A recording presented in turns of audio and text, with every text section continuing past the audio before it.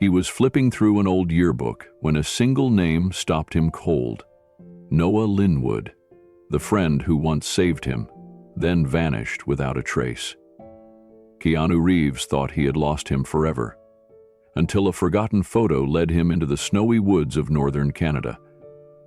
What he found there will leave you speechless. Before we continue this incredible story, let us know where you're watching from. If you enjoy stories like this, subscribe to the channel because tomorrow we have another inspiring story you won't want to miss. The floorboards creaked beneath Keanu's boots as he climbed the narrow staircase to the attic. The air was thick with the scent of cedar and old insulation, and sunlight bled through a narrow window near the roof peak. Dust motes floated lazily in the stillness. This house, his childhood home in Toronto, wasn't his anymore. It belonged to a preservation society now, maintained as part of a modest heritage district. But they'd invited him back while doing a light renovation, asking if he wanted to look through anything in the attic before it was cataloged or discarded. Keanu had almost declined. What could possibly be left that he hadn't already carried in his bones? But curiosity, tugging like a whisper from another life, brought him back. The attic was a maze of boxes, old furniture draped in yellowing sheets, and corners swallowed by time. He moved slowly, brushing aside cobwebs, running his hands along cardboard edges softened by years. He wasn't sure what he was looking for. Maybe a photo of his mother, maybe an old drawing or script from one of the plays he used to scribble in the margins of his notebooks. Instead, he found a book. Blue cover, faded silver lettering. A yearbook. Keanu sat down on an old wooden chest, the yearbook balanced on his knees. The binding crackled as he opened it, pages yellowed but still intact. A wave of memories hit him like a quiet tide. Smiles frozen in time, adolescent signatures scrawled in multicolored pens, the awkward hairstyles of the late 70s. He turned page after page, stopping occasionally at a familiar name, a half-remembered face. It was like stepping into a museum of moments he'd buried long ago. Then he saw it. A small black and white photo on the bottom right of page 57, Noah Linwood. The name was printed in tiny block letters beneath a grainy image of a boy with a mop of dark hair, narrow shoulders, and eyes that looked straight into the camera with a calm, almost knowing stillness. Keanu's breath caught in his throat. Noah. He hadn't thought of that name in decades, and yet, just seeing it now flooded his chest with a complicated ache. Regret, gratitude, warmth, and shame, all tangled into one. Noah had been his closest friend in middle school, the one who walked him home when the older boys waited at the bus stop, the one who slipped extra food into his lunch bag when Keanu quietly admitted they had none. Noah never made a show of helping. He did it quietly, like a shadow watching your back. While other kids teased Keanu for his quietness or his clothes, Noah simply stood beside him, and the teasing stopped. One winter, after Keanu's father had disappeared again and his mother was juggling 3 jobs, Keanu ended up locked out of the house for hours. It had snowed the night before. His fingers were numb, his socks soaked. Noah had found him sitting on the back steps, shivering. He didn't ask questions, he just took Keanu home. They ate grilled cheese sandwiches and played cards by the radiator.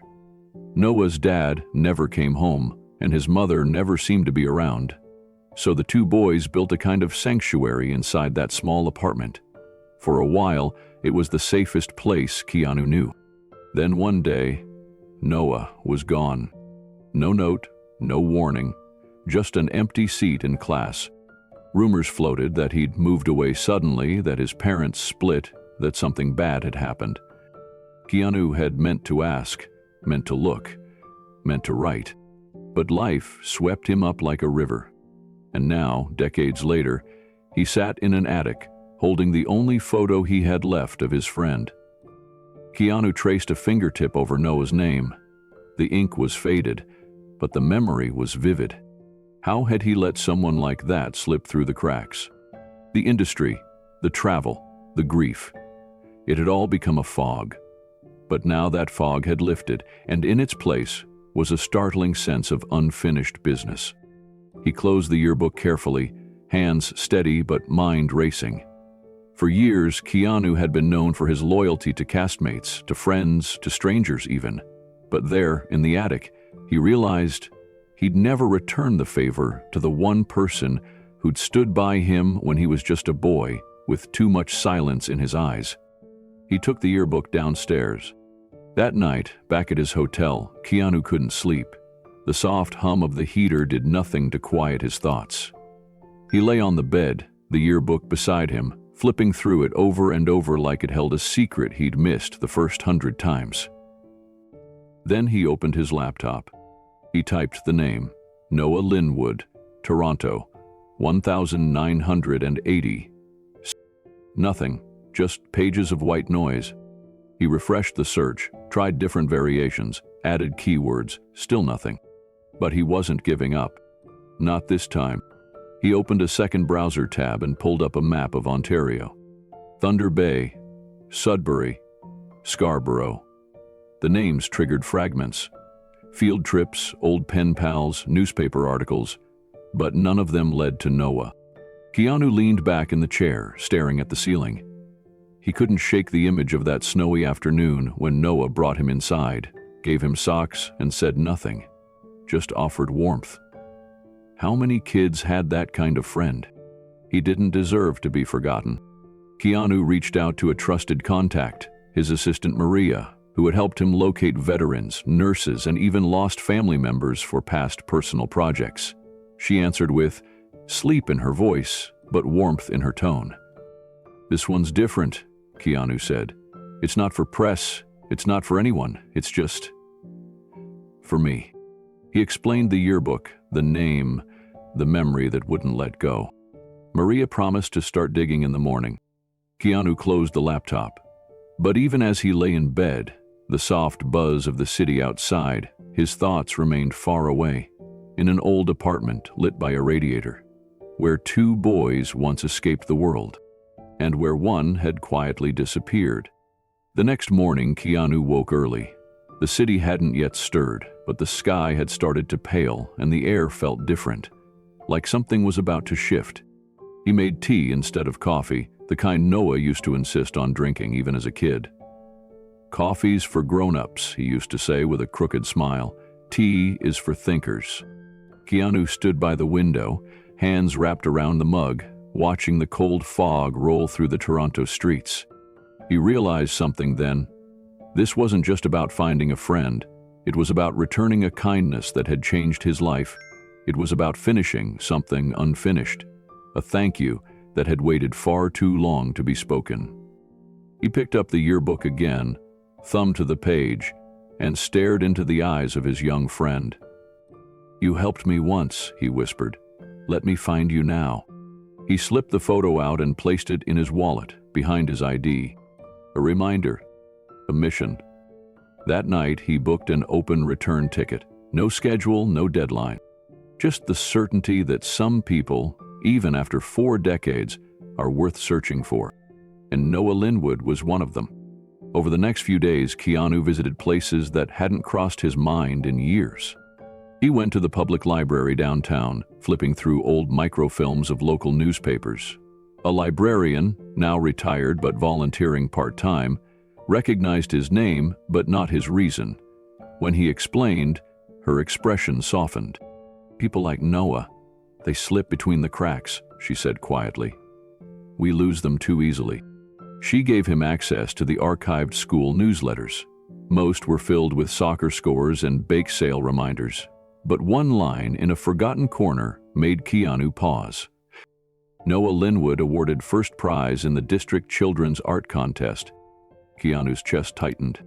He remembered now how Noah used to sketch animals with big, expressive eyes, how he once drew Keanu as a superhero with a cape made from notebook paper. He copied the article, tucked it into his bag. Later, he visited the old school. The building was different, renovated, modern, almost sterile, but the bones were the same. He stood at the corner where they used to sit and eat granola bars between classes. It all came back, and it all made him more determined. He wouldn't let this story end without a reunion. Back at the hotel that evening, Keanu sat by the window with the yearbook in his lap and the article in his hand. The city lights flickered in the distance, but his focus remained on one name, one photo, one friend. He didn't know where this path would lead or what he'd find at the end, but he was going to follow it wherever it went, because some friendships don't fade. They wait, and Keanu Reeves wasn't about to let this one disappear again. The next morning, Keanu sat on the balcony of his hotel room, the early light of Toronto creeping across the skyline. The cold air nipped at his skin, but he didn't move. In his hand, the photo of Noah Linwood rested like a relic. It wasn't just a face anymore. It was a floodgate. He hadn't remembered how much he missed him. Back then, in those awkward pre-teen years, Noah had been a steady presence. Where others were loud or cruel or indifferent, Noah was calm, observant, and kind. He'd sit with Keanu at lunch when no one else did. They'd share food, peanut butter crackers, oranges, juice boxes, split evenly without a word. It wasn't charity, it was friendship, pure and simple. Noah was the first person to tell Keanu he could be something. "You've got a quiet superpower," he once said after watching Keanu perform a scene from a play in drama class. "You pull people in without saying much. That's rare." Keanu remembered laughing, brushing it off like kids do when they're afraid of being seen too clearly. But Noah saw him, and that mattered more than Keanu had ever admitted. Noah had always been drawing, on napkins, the backs of tests, even on the inside of his locker door. His characters had big eyes and strange little grins, part animal, part child, part imagination. He'd once drawn a cartoon version of their teacher as a squirrel holding a ruler and passed it to Keanu during math class. Keanu had to bite his tongue not to burst out laughing. They shared stories, dreams, silences. Noah had talked about wanting to write a children's book one day, not just for fun, but for kids like them, kids who didn't always fit in. He said books had saved him when nothing else did. And then, just like that, he vanished. Keanu remembered it clearly, a Monday morning in early December, snow on the ground. He'd walked into homeroom and looked toward the second row, where Noah always sat, hunched over his sketch pad. Empty. He figured maybe Noah was sick. But then Tuesday came. Then Wednesday. A week passed. Then two. By January, his name was gone from the class roll. Keanu had asked around, but no one knew anything. One kid said Noah had gotten in trouble. Another said he'd moved to Sudbury. Someone else mentioned a group home. None of it felt true. The not knowing stayed with him. As Keanu's own life accelerated, acting school, auditions, the chaos of early fame, Noah became a memory folded into his childhood, a quiet ache that never fully healed. Every now and then, a moment would pull him back, a sketch left on set, a kid standing alone at a meet and greet, and he'd think of Noah. And then, as quickly as it came, the thought would drift away. Until now. Now, that face in the yearbook refused to leave him. Now, every beat of silence throbbed with the guilt of forgetting someone who had once been unforgettable. He opened a small wooden box he kept in his suitcase, his travel anchor. Inside were old letters, Polaroids, a few of his sister's childhood doodles. Among them, folded and yellowed, was a note he hadn't read in decades. It was from Noah. He had written it during their final week of 6th grade. A simple scribble passed in class, the kind kids send without thinking it matters. "Thanks for being my friend. You're the only one I don't feel weird around. Hope we're still friends when we're old." Keanu stared at it for a long time. That single sentence did something to him. He had been so young when he received it, he didn't grasp the weight those words carried. Now, as a man in his 50s, those simple lines hit like a brick to the chest. He hadn't been there. Not when Noah disappeared. Not when rumors started. Not when the world slowly forgot him. And yet, here was a letter written in childhood ink that said, without fanfare, "You mattered." Keanu folded it carefully, placed it back in the box, and stood. He opened his laptop again. The search window was still there. Noah Linwood. No results with photos. No obvious social media. Nothing tying him to anything recent. It was as if he'd been erased. But Keanu wasn't giving up. He reached out to Maria again, asked her to dig deeper. School records, local libraries, real estate deeds, artist registries, anything. Then he made a private list of everyone who might know something, old classmates, teachers, and he began writing emails, each one short, sincere. "Hi, it's Keanu Reeves. I know this is unexpected. I'm looking for someone from our past. His name was Noah Linwood. Do you remember him?" The responses trickled in slowly. Some were kind, but blank. Others stirred hope. One woman, a former lunchroom aide, replied with a memory that made Keanu's chest ache. "He used to sit by the window during winter and sketch birds on napkins. I always saved extras for him." Another said, "Quiet kid, wore the same jacket every year, never complained. I think he gave his scarf to a younger boy one day and never got it back." But the most powerful message came from a man named Jared, now living in Ottawa. "I was a year above you both. I remember Noah. He stopped a group of guys from stealing my lunch money. Didn't even know me, just walked up, looked them in the eye, and they backed off. We never talked again, but I never forgot him." Keanu read that email twice, then again. Noah hadn't just protected him. He'd protected others, silently, but no one had protected Noah. That thought sank into Keanu like a weight.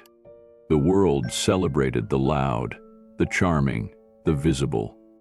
Noah had been none of those things. But he had been brave, and somewhere along the way, he had vanished without the world noticing. Keanu was going to change that. He opened an old box of letters his mother had kept, birthday cards, report cards, even sketches he'd done as a child.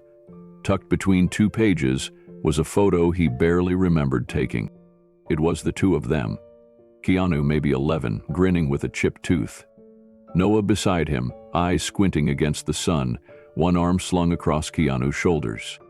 Behind them stood a crumbling brick wall and a crooked basketball hoop. The kind of setting kids forget, but film develops into permanence. On the back, in his mother's looping script, it read, "Keanu and Noah, July 1981, last day of school." He touched the edge of the photo, thumb trembling. It wasn't just a reminder. It was evidence. Proof that once he hadn't been alone, that someone had seen him in the mess of early life and stayed anyway. He took a photo of it and sent it to Maria with a message. "This is who we're looking for." She replied within minutes. "I'm on it." Keanu placed the original photo in his wallet behind the folded note from years earlier. Now he carried them both, not just as mementos, but as promises, unspoken but unshakable. That night, sleep didn't come easy. Keanu lay on the couch in his hotel room, the city humming beneath him, a quiet ache pressing against his ribs. He wasn't a stranger to grief or loss, but this was different. This was regret sharpened by clarity. He'd spent years being there for strangers, donating, showing up, listening, but not for Noah. Not for the boy who once gave him warmth on a frozen night when no one else knew he was cold. He remembered sitting beside Noah in silence during recesses, the comfort of not needing to speak. How Noah's presence made the world feel less jagged, less loud. And he realized something else. Maybe Noah never truly disappeared. Maybe the world just never knew how to see him. Until now. Keanu sat up, grabbed a pen and notebook and began writing. Not a script, not a speech, a letter to Noah. Even if he never found him, even if the road led to nothing, he wanted his friend to know he had mattered, that someone remembered, that someone was still looking and wouldn't stop. The next morning, as sunlight poured through the curtains, Keanu folded the letter and placed it inside his coat pocket, not as a goodbye, but as a guide. He packed his bag, slid the photo and note back into his wallet, and looked around the room as if saying farewell to a version of himself that had waited too long. This was no longer about memories. It was about redemption. It was about finding someone who had once seen him and letting that person know, at long last, that he had never been forgotten. Noah Linwood had disappeared from the world, but Keanu Reeves was going to bring his name back into the light. Keanu didn't waste time. As soon as he returned to Los Angeles, he met with Maria in his quiet office, tucked inside a converted bungalow away from studio meetings and red carpets. The walls were lined with books, old movie posters, and a corkboard filled with pinned Polaroids, letters, and handwritten notes. His personal storyboard of real life. He laid the folded photo of Noah beside the note from 6th grade. They sat there like time travelers, silent, persistent, undeniable. Maria had already started a file. No social media, she said. No utility bills, no digital signature at all in the last decade. If he's out there, he's either completely off the grid or living under another name. Keanu nodded. That sounded like Noah, a boy who never wanted attention, who once declined a birthday cupcake in class because someone else might want it more. Try everything, he said quietly. And they did. They searched every yearbook database, electoral record, alumni directory. They scanned obituaries, missing persons, and artist registries. Keanu even reached out to a former Toronto Star reporter who remembered covering a foster care investigation in the 1980s. Weeks passed, and then, finally, a crack in the silence. It came in the form of a property record. A land parcel listed under the name N. Linwood, dated nearly 12 years earlier in a rural township just outside of Thunder Bay, Ontario. The address was for a one-room cabin registered with no utility company. Property taxes were minimal and paid in cash at a local clerk's office. Maria circled it in red. It's the only thing that matches, but there's no guarantee it's him, she warned. No phone number, no forwarding address, no paper trail at all after that. Keanu stared at the map. The area was mostly forest, few roads, nothing nearby but frozen lakes and wilderness. Let's assume it is, he said. She hesitated. Do you want me to reach out quietly? Have someone drive up? Keanu shook his head. No, I'll go myself. Maria blinked. Alone? I owe him that. He packed light. Just a backpack, a small duffel bag, and the photo. No assistance, no press, no entourage. The next day, he boarded a commercial flight into Thunder Bay, wearing a ball cap and thick parka, disappearing into the crowd like a man on a pilgrimage no one else could understand. Thunder Bay in late March was still wrapped in snow. The sky was the color of steel, and the wind carried a bite that cut through layers of wool and fleece. Keanu stepped off the plane and into a different world, one slower, quieter, and far removed from the noise of Hollywood. He rented a modest SUV, paid in cash, and bought a prepaid phone. Maria had given him printed directions. There was no GPS signal for most of the route, and a paper map with a red dot circled near the edge of nowhere. His first stop was a grocery store. He filled a bag with essentials, bread, canned soup, tea, and a small box of matches. Then he walked next door to the local post office. Looking for a man named Noah Linwood, he asked the clerk gently. Think he might live near Wild Ridge Township? The woman behind the counter looked up, surprised. She was in her 60s, with soft eyes and calloused hands. Don't see many strangers asking about Noah, she said after a pause. He comes into town once every couple of months. Doesn't say much, pays in cash. Lives out near the edge of the old mill trail. Hope sparked in Keanu's chest. The woman gave him rough directions. Turn at the rusted water tower. Follow the dirt path past the hollowed-out bus. Cross a narrow wooden bridge. You'll know it when you see it, she'd said. There's a wind chime made from silver spoons. Keanu thanked her, climbed back into the SUV, and began the drive. The road narrowed the farther he went. Asphalt turned to gravel, gravel to dirt, dirt to snow-packed ruts. Trees leaned over the trail like old watchmen, and the signal bars on his phone dropped to 0. He slowed near the bridge, careful not to lose traction. With each turn, his heart pounded harder. He thought about what he would say if he found Noah. Would he recognize him? Would he be angry? Grateful? Would he open the door at all? The deeper Keanu went, the more memories rose. Noah sitting on the fire escape with a paper book in his lap. Noah handing him a warm sandwich with a half smile. Noah standing between him and a bully in 5th grade, never raising his voice, never walking away. Each memory was a step forward. Until finally, through the thinning trees, he saw it. A small cabin with smoke rising faintly from its chimney. The cabin was modest, weather-worn, and half buried in snow. The porch sagged slightly under the weight of ice, and the windows were clouded with condensation from within. Keanu parked a few yards away and stepped out into the cold. There it was. The wind chime made of silver spoons danced in the breeze, clinking together in a gentle, eerie melody that echoed through the clearing. He stood there for a long moment, hand tightening around the photo in his coat pocket. This was the moment. This was the culmination of weeks of searching, years of silence, and a childhood promise never fulfilled. He climbed the 3 wooden steps to the porch. The boards groaned beneath his boots. He took a breath, paused, then raised his hand and knocked, once, twice, on the door. Silence. He stepped back slightly, listening. The seconds stretched. Then a rustle, a shuffle behind the door. The sound of a lock being gently turned. Keanu's heart pounded. And then the door opened a crack. A pair of cautious eyes stared back at him. Older, worn, but unmistakably familiar. Keanu whispered the only name that mattered. Noah? The man behind the door didn't answer immediately.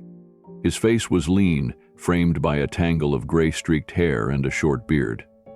His eyes held something cautious, like someone who had forgotten how to trust. But there was no fear in them, only weight. A history that had long gone unspoken. Noah Linwood, Keanu said softly, removing his cap.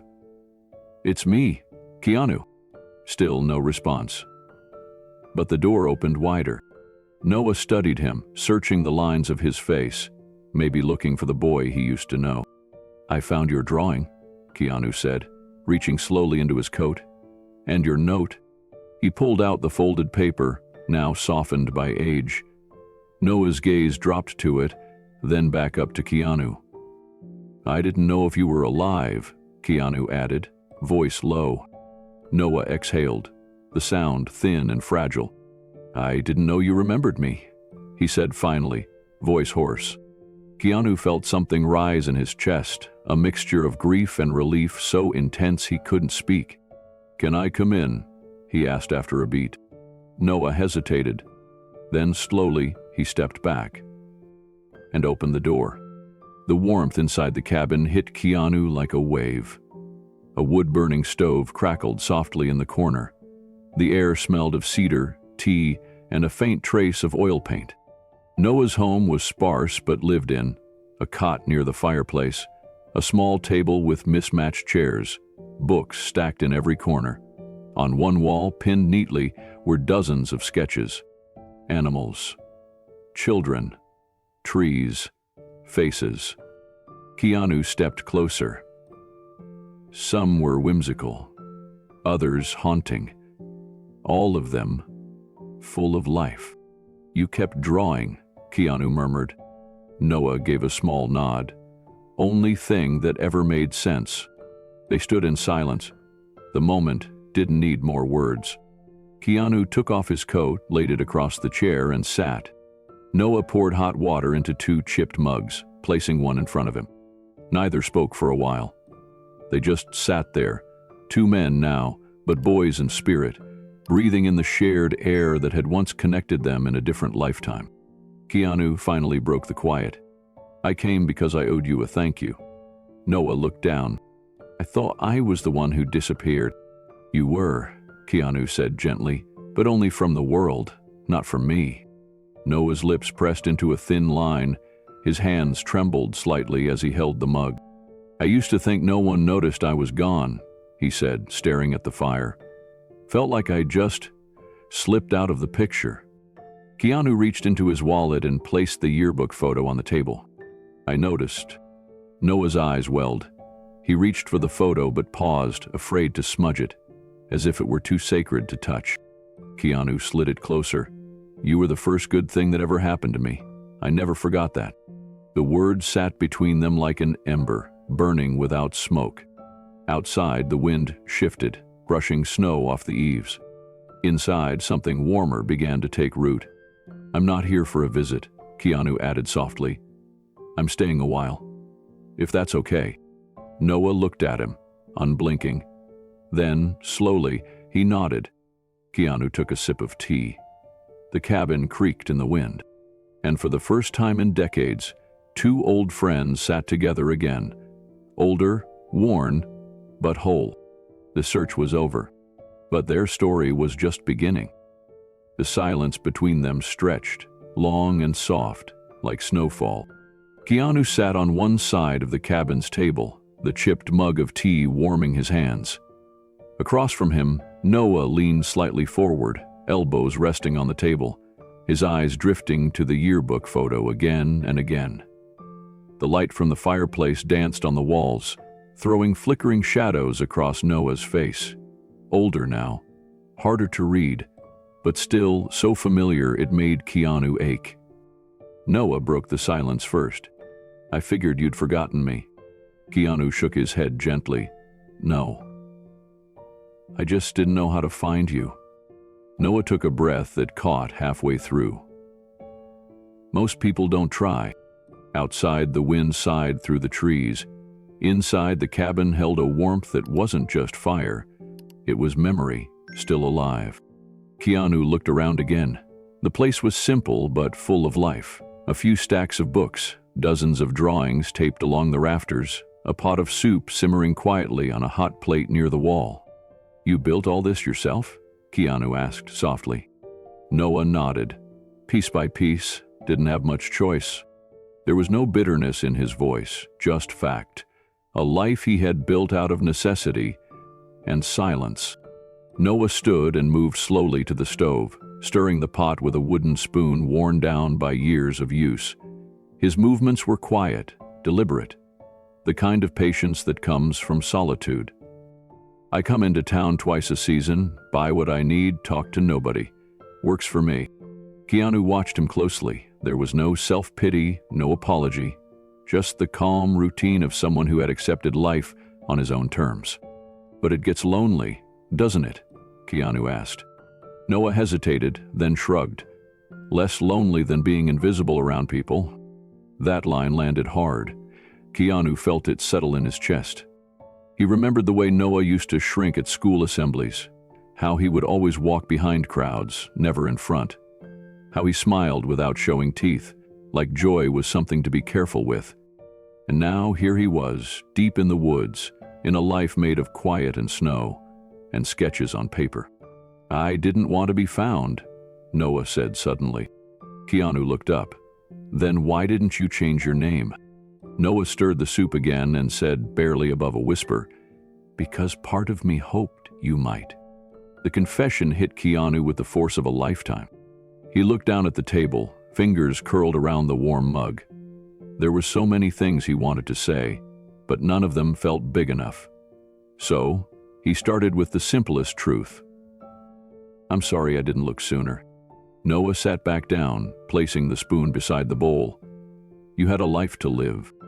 That doesn't mean I should have forgotten. You didn't. You're here now. Keanu nodded slowly. Still, I owe you more than a visit. The fire crackled again, filling the quiet between them. Noah finally leaned back, eyes softening. I watched your movies, he said. Not all of them. Couldn't always get a signal out here. But I saw a few. You looked like someone who made it. Keanu gave a half smile. Parts of me did. Other parts got left behind. Noah looked at him, not like a fan, not like someone trying to understand a celebrity, but like an old friend seeing a wound finally exposed. Me too, Noah said. They let that sit. Two boys who had grown into men, shaped by different storms, but still standing, together, at last. Later that afternoon, while Noah added more wood to the fire, Keanu walked slowly along the wall of sketches. There were dozens, maybe hundreds, animals and children, old men and winter trees. Some were full of color, others just pencil on faded parchment. One wall was entirely devoted to faces, unsmiling, worn, but alive. "Who are they?" Keanu asked softly. Noah didn't turn. "People I saw, people I remembered, a few I imagined." Keanu stopped in front of one, a boy holding a paper boat, standing in a puddle with bare feet and eyes full of sorrow. "This one?" he asked. Noah glanced over. "That was me, when I left school." Keanu blinked, taking it in. The boy looked small, abandoned. "You always drew things people didn't see," Keanu murmured. "That's because I was one of them," Noah replied. Keanu stepped back, hands in his pockets. "These are beautiful, Noah. They're more than drawings. They're memories, proof you existed." Noah gave a rare smile. "Sometimes I forget that." Keanu turned to face him. "Then let me help you remember." That night they shared soup and bread by lantern light. The storm outside howled louder than before, snow dancing sideways past the windows. Inside, it felt like time had folded in on itself. Keanu refilled their mugs with warm tea and leaned back. "Do you regret it? Leaving everything?" Noah considered the question carefully. "I don't know if I left," he said, "or if I was just let go." Keanu nodded. That made sense in a way only people who've lived it could understand. "I tried the city once," Noah continued. "A job in graphic design, cold apartment, loneliness with a view. I came up here with a tent one summer and never went back." Keanu stirred his tea. "You survived." "I survived by disappearing." Keanu looked over at him. "You kept someone alive back then." Noah smiled faintly. "Maybe we both did." The wind rattled the eaves. The fire hissed as a log settled deeper into the coals. "Why now?" Noah asked quietly. Keanu didn't hesitate. "Because there's still time. To say thank you, to make things right." Later, as the storm raged outside, Noah unrolled a sleeping mat near the fire while Keanu took the cot. The cabin fell into silence again. Only the crackle of wood and the low hum of wind remained. Keanu couldn't sleep. He turned toward the fire. "You know, I kept your letter. From 6th grade." Noah blinked in the dark. "You did?" "He said you hoped we'd still be friends when we were old." Noah chuckled softly. "Guess we're here." Keanu smiled in the shadows. "Guess we are." There was a pause. Then Noah whispered, "I used to think I died in that classroom. Just faded out." Keanu stared at the ceiling beams, letting the words settle. "Then let this be the start of coming back," he said. "You don't have to do it alone." By morning, the storm had passed. Keanu stepped outside into a world of white. Snow blanketed the trees, the path, the roof of the cabin. The wind had stilled. The only sound was the crunch of boots on frozen earth. He stood quietly, hands in his coat pockets. Noah came out a few minutes later. "I'm not going anywhere," Keanu said. "You don't have to do this." "I know. But you mattered. Then, now." Noah looked away, eyes wet. "I've got an idea," Keanu said. "Something simple." He reached into his coat and pulled out a pencil and a blank sketchbook. "Draw me," he said with a grin. Noah stared at the book, then slowly took it. "Okay," he said, "but only if I get to exaggerate your chin." Keanu laughed. For the first time since arriving, the sound echoed through the trees like something new had just begun. They went back inside. Noah sat up near the window with the best light. Keanu sat in the old wooden chair, leaning back like he used to in middle school. Noah sketched with quiet intensity, the pencil scratching softly against the page. Keanu didn't say much. He didn't have to. Sometimes presence is louder than words. When Noah finally turned the pad around, Keanu saw himself. Older, yes, but not weary. There was light in his eyes, a version of himself only someone who knew him long ago could draw. "I look okay," Keanu said. Noah smirked. "You look like someone who found his way back."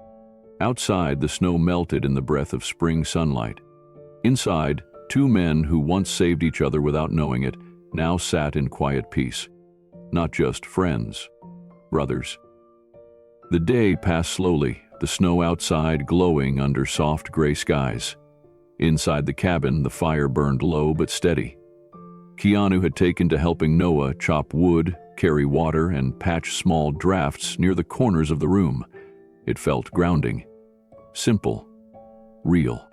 They sat near the fire again, the two mugs between them now filled with chamomile tea steeped in a kettle blackened from years of use. The flames flickered low, casting quiet light across Noah's lined face. Keanu had spent a lifetime hearing stories from strangers, on set, at events, during late-night interviews. But he had never leaned in like this, never waited so patiently for someone to offer something unspoken. Noah stared into the fire, not speaking at first. Then, in a quiet voice, he began, "I used to draw for kids." Keanu looked over, gently encouraging. "Back in my 20s, I thought I could make something. Hopeful," Noah said. "Books for kids who felt left out. Weird kids, quiet ones." He reached behind the chair and pulled out a faded folder. Inside were a dozen illustrated pages, inked outlines of whimsical characters in capes and goggles, animals wearing sneakers, children with wings made of newspapers. Keanu gently took the folder and leafed through it, the paper crackling softly as he turned each page. His eyebrows lifted at the detail. Clever, expressive faces, whole worlds captured in tiny frames. Each character seemed like it had a backstory, a life waiting to be told. "These are incredible, Noah," he said. "You've got a gift." Noah shook his head. I sent out a few pitches back in the day, got polite rejections, most didn't reply. Then I ran out of money, out of time. Life got quiet. Keanu looked at one page in particular. A boy with a slingshot, standing in front of a crooked little house with "Hope" carved into the mailbox. "This one looks familiar," Keanu said. Noah smiled faintly. "That was you. Back when you used to run to my place after school. I just changed the haircut." Keanu felt his throat tighten. "You kept drawing all this time?" he asked. "Some nights, some winters. When the generator worked, or when I had enough candles." Noah shrugged like it didn't matter, but Keanu could see it did. This wasn't just a hobby, it was a lifeline, a way to remain visible to himself when no one else was looking. "I thought maybe one day someone would find them," Noah said. "But they're just drawings. I'm just some guy who vanished." Keanu didn't speak right away. He let the moment breathe. "You're not just some guy," he said firmly. "You're the reason I'm still here." Noah scoffed softly, but there was no malice in it, just disbelief. "I doubt that." "You shouldn't." Keanu leaned forward, elbows on his knees. "Back then, I didn't know what home was. My life was chaos. You gave me one steady thing. You didn't ask questions. You gave me food, you told me jokes, that mattered." Noah looked away. "And then I disappeared." "Yeah, and now you're here again, that matters too." The fire popped softly between them. Snow began to drift past the window in lazy, unhurried flakes. Noah finally said, "I didn't hate the silence, but I hated how easy it was to think no one would notice." Keanu nodded slowly.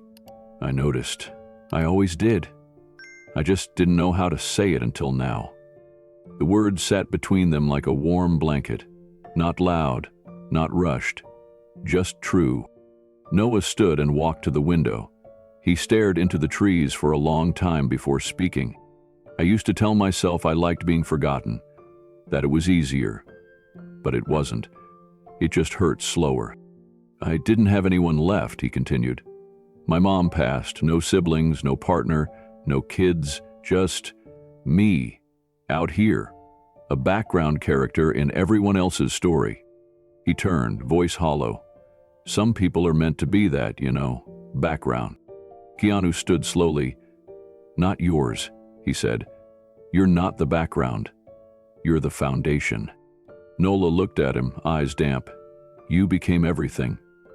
And I became no one. Keanu placed a hand on Noah's shoulder. You didn't become no one. You became the man who made a world up here. You became someone worth finding. The two men stood still, surrounded by the quiet hum of the fire and the snow pressing gently on the roof. You don't have to fade, Keanu said. Noah closed his eyes. I'm just tired. Then let me carry part of it, Keanu replied. That's what friends do. Noah didn't answer, but he didn't pull away either. They sat again, in a silence that felt softer. Keanu reached for the sketchbook, flipping to a fresh page. Let's make something new, he said. Noah tilted his head. What do you mean? Let's draw the next page, not the past, the future. Noah hesitated. I haven't thought about the future in years. Then think about it with me. He handed Noah the pencil. After a beat, Noah took it and began to sketch, not with the same weariness, but with something steadier. A hand that remembered how to build. Keanu watched the lines form. A small cabin under a sky of stars. Two figures sitting outside, heads tipped together. I didn't realize how much I missed drawing with someone in the room, Noah said. You weren't meant to draw alone, Keanu replied. Noah looked over at him. You think it's too late? Keanu's voice was quiet but firm.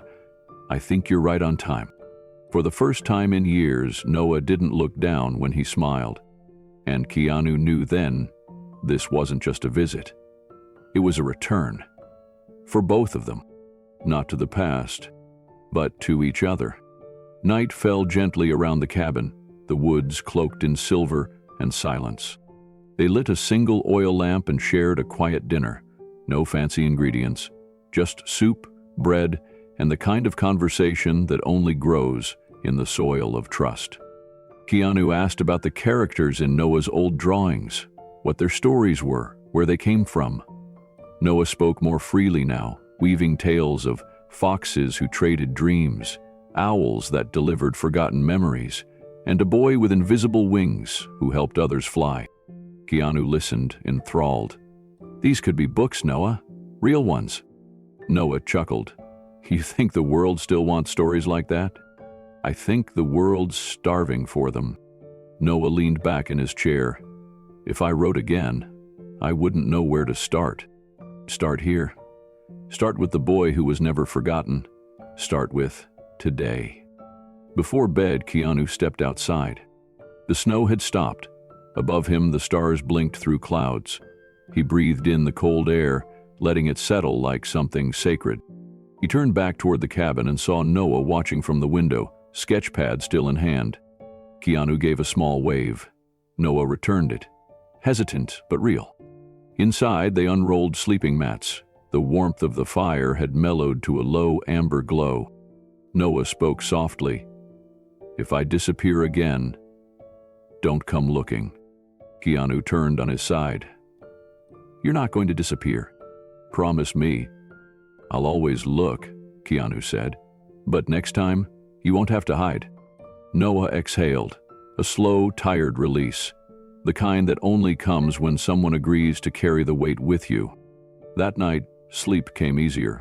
Not because the world had changed, but because one man knew he wasn't alone anymore, and the other had finally made peace with what friendship left behind. Not a wound, but a bridge. Morning broke with the soft rustling of wind through pine and the faint creak of shifting branches above the cabin roof. Keanu stirred awake on the cot, the warmth of the embers nearby giving the room a gentle orange glow. A kettle whistled on the stove. Noah was already up, scribbling something in the sketchbook by the window. Keanu sat up slowly. What time is it? Noah smiled without turning. Time for someone to make better coffee. They both chuckled, the ease between them growing more natural by the hour. Keanu poured water into 2 mugs, the instant coffee gritty but warm. "I want to ask you something," Keanu said gently. Noah looked up, wary. "Come with me to LA, just for a few days." The silence that followed wasn't sharp. It was thick with caution. "To Los Angeles?" Noah asked. "Why?" Keanu kept his tone calm. "Because I want you to eat a real meal, sleep in a real bed. Let someone fix your boots without duct tape." Noah shook his head. "You think I need saving?" "No," Keanu said softly. "I think you deserve comfort. That's different." Noah looked down at the sketchbook. "I've lived out here a long time. I don't belong in your world." "It's not about the world, it's about mine," Keanu said. "And in mine, you still matter." The words hung there, heavy and true. Noah leaned back. "It's been years since anyone asked me to go anywhere." "Then maybe it's time." Noah looked at Keanu for a long moment. "I'm not your project," he said, voice tight. Keanu shook his head. "You were my friend. That's enough." The fire cracked softly between them, and Noah didn't say no. They worked through the day, chopping wood, brushing snow off the roof, boiling water for tea. But something had shifted. Noah moved quieter, more thoughtful. That evening, while Keanu repaired a loose hinge, Noah stared into the fire, not drawing. "Why now?" he asked. Keanu tightened the last screw.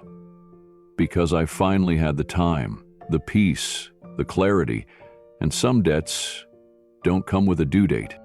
I'm not the same kid you knew. Neither am I, but maybe that's the point." They ate in silence.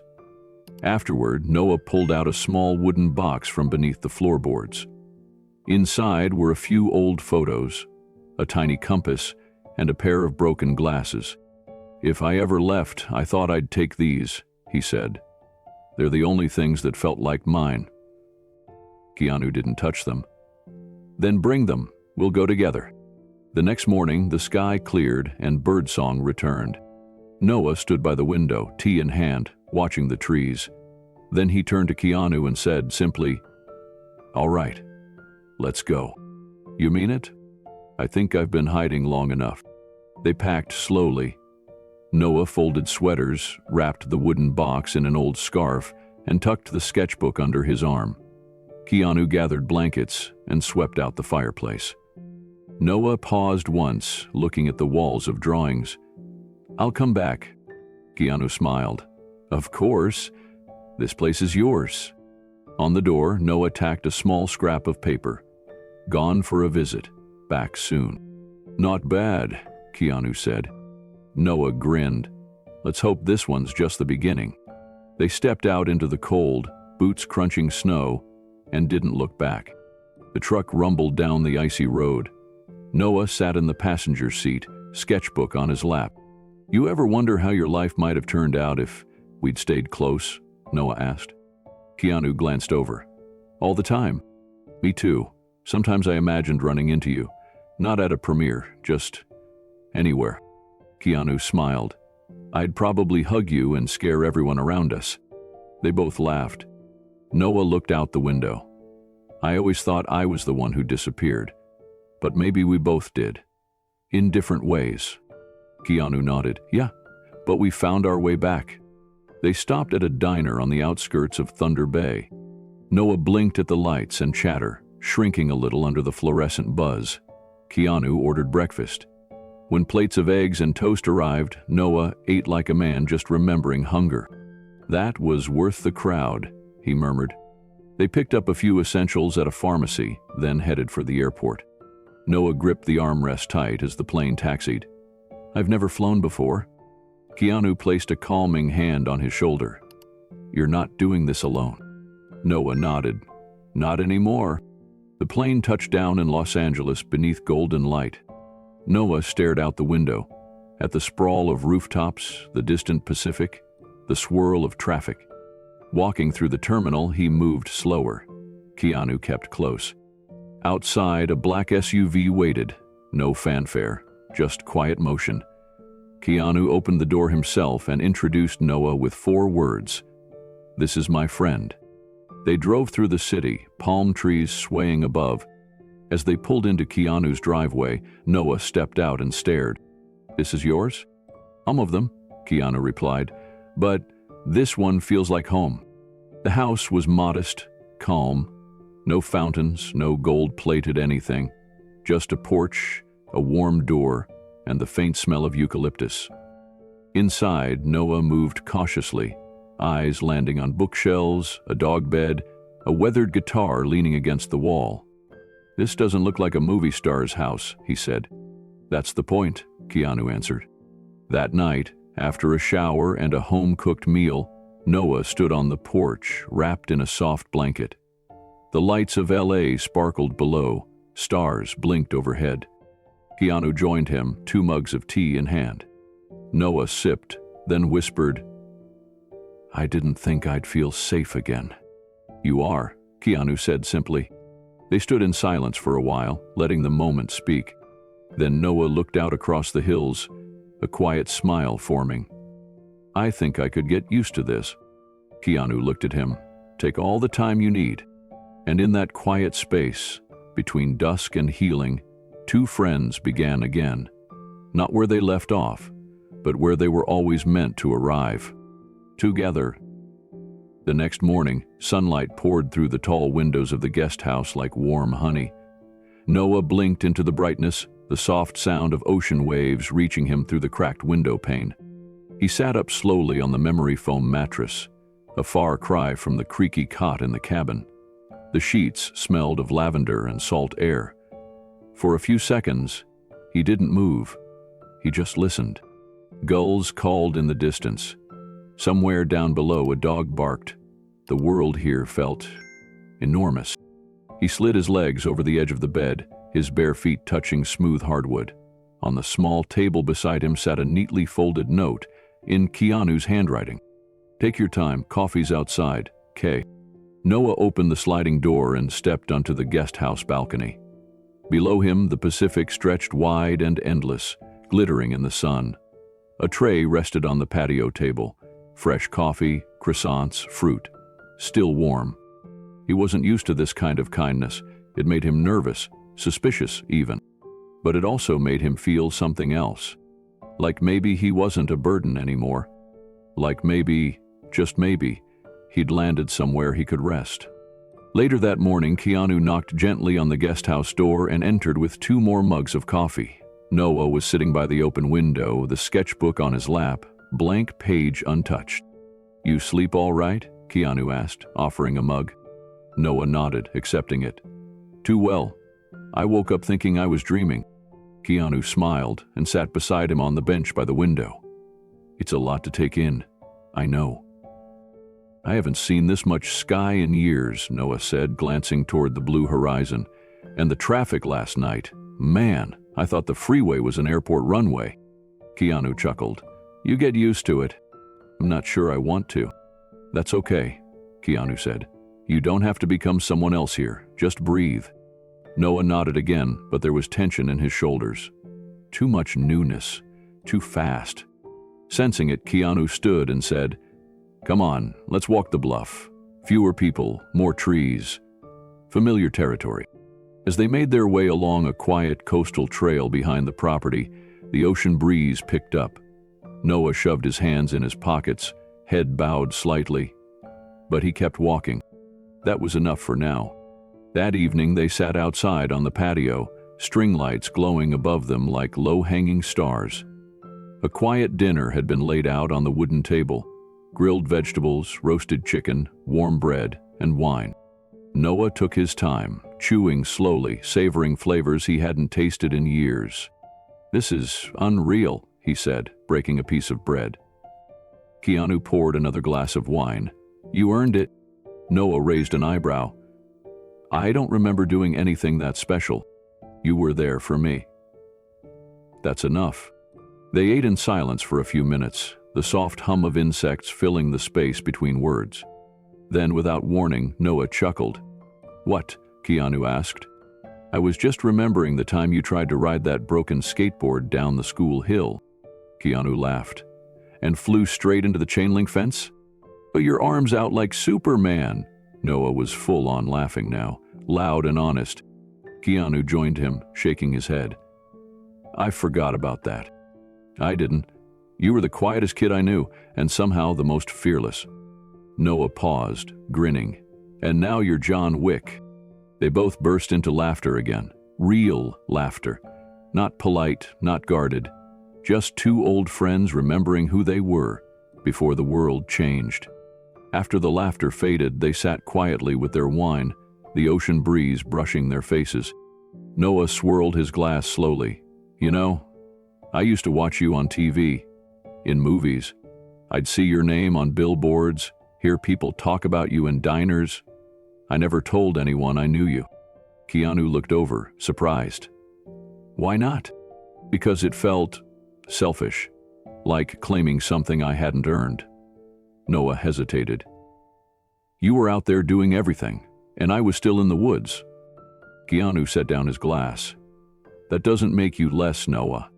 Noah didn't answer right away. He stared at the sky, his voice quieter now. I guess I always felt like I got stuck, like you pulled forward and I just stayed where we started.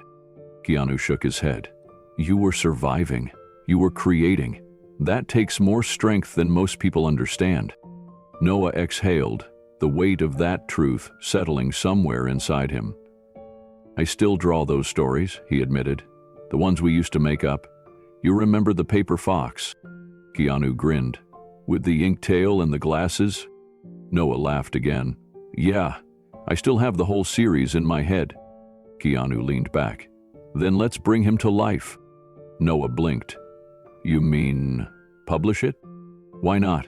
Keanu said. You've already done the hard part. The stories are alive. They just need a place to land. Noah shook his head, overwhelmed. I wouldn't know where to begin. I do, Keanu said softly.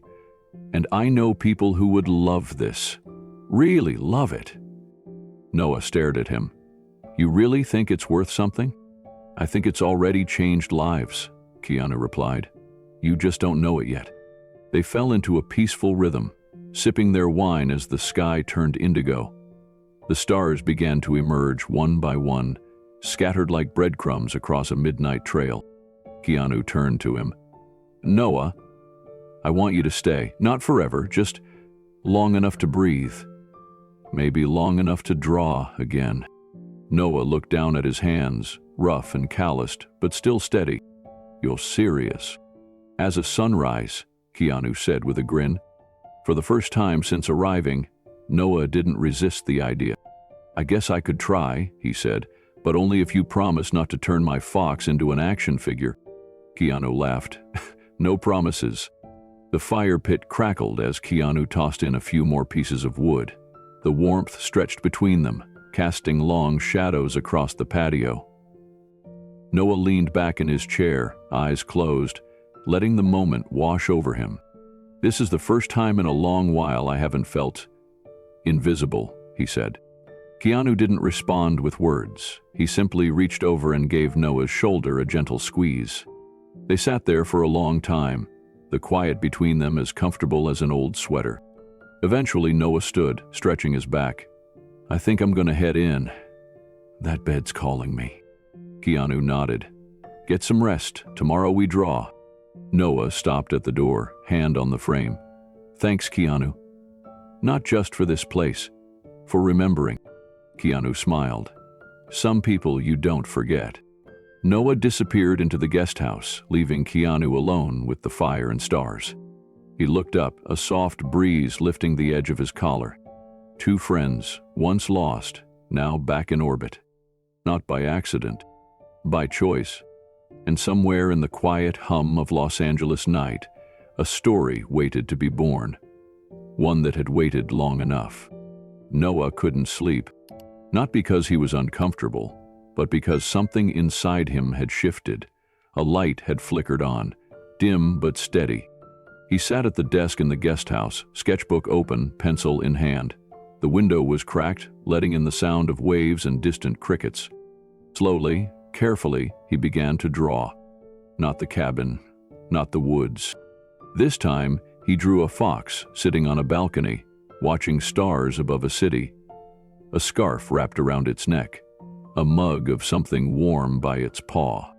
And beside the fox, another figure, tall, quiet, familiar, a friend. He didn't erase, didn't overthink, he just drew. When he finished the page, he signed just a small N in the corner and set the sketchbook aside. For the first time in years, he felt something more than survival. He felt purpose.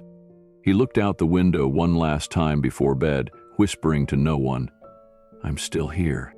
And with that, Noah Linwood, once forgotten by the world, fell asleep not as a man lost in memory, but as one finally writing his next chapter. The fox would have a new story, and so would he. The next morning, Keanu entered the guest house quietly, careful not to wake Noah. Sunlight poured through the half-drawn curtains, painting the walls with soft golden streaks. Noah was still asleep, his sketchbook resting open on the desk beside the bed, a pencil balanced on top. Keanu hesitated. He didn't want to invade Noah's privacy, but something about the image on the page caught his eye. A fox on a balcony, sharing a quiet moment with a tall figure watching the stars. It was unmistakably them, a reflection of the night before, honest, peaceful. He stepped closer. Turning the page gently, Keanu found more. Page after page of beautifully inked drawings, each one full of feeling, imagination, and detail. Flying squirrels with messenger bags, turtles reading poetry under toadstools, mice in pirate hats steering bottle-capped ships. Every illustration told a story, even without words. He sat down and flipped slowly, reverently, as if the pages might dissolve in his hands. One drawing showed a child with wide eyes holding a lantern beside a frightened fox. The caption read, "You don't have to be brave, just stay with me." Keanu felt his throat tighten. These weren't just pictures. They were pieces of someone who'd been waiting to be seen. A soft rustle from the bed pulled Keanu from the pages. Noah stirred, blinking against the light. When his eyes landed on Keanu at the desk, his posture stiffened. "You went through my stuff?" he asked, voice groggy but edged. Keanu turned slowly, the sketchbook still open on his lap. "It was on the desk. I didn't mean to pry." Noah sat up, rubbing his temples. "It's okay, just not used to anyone caring." Keanu closed the sketchbook gently, then turned it toward him. "These are incredible, Noah. You created entire worlds in here." Noah shrugged. "They kept me sane, that's all." "Why didn't you ever show them to anyone?" The shrug returned. "No one ever asked." Keanu leaned forward. "I'm asking now." Noah looked away, out the window toward the hazy ocean. "I figured if the stories stayed in the book, they couldn't disappoint anyone." Keanu nodded slowly. "You ever think maybe they'd been waiting for someone who wouldn't be disappointed at all?" That landed. Noah didn't reply right away, but he didn't deflect either. He just whispered, "Maybe." And that maybe, tentative and cracked open, was all Keanu needed to begin. Later that day, Keanu made a quiet phone call from the garden patio while Noah napped. He didn't want to make promises he couldn't keep, but there was someone he trusted, an old friend named Rachel Dempsey, a former children's book editor turned independent publisher. She had a gift for spotting stories that mattered, quiet ones, honest ones. "Keanu," she said, picking up after the second ring, "this is a surprise." "I've got something to show you," he said. "Something special, but it's not mine." Rachel hesitated. "What kind of special?" "The kind that's been sitting in a sketchbook in a forest cabin for 20 years. He could hear her smile through the line. "I'm listening."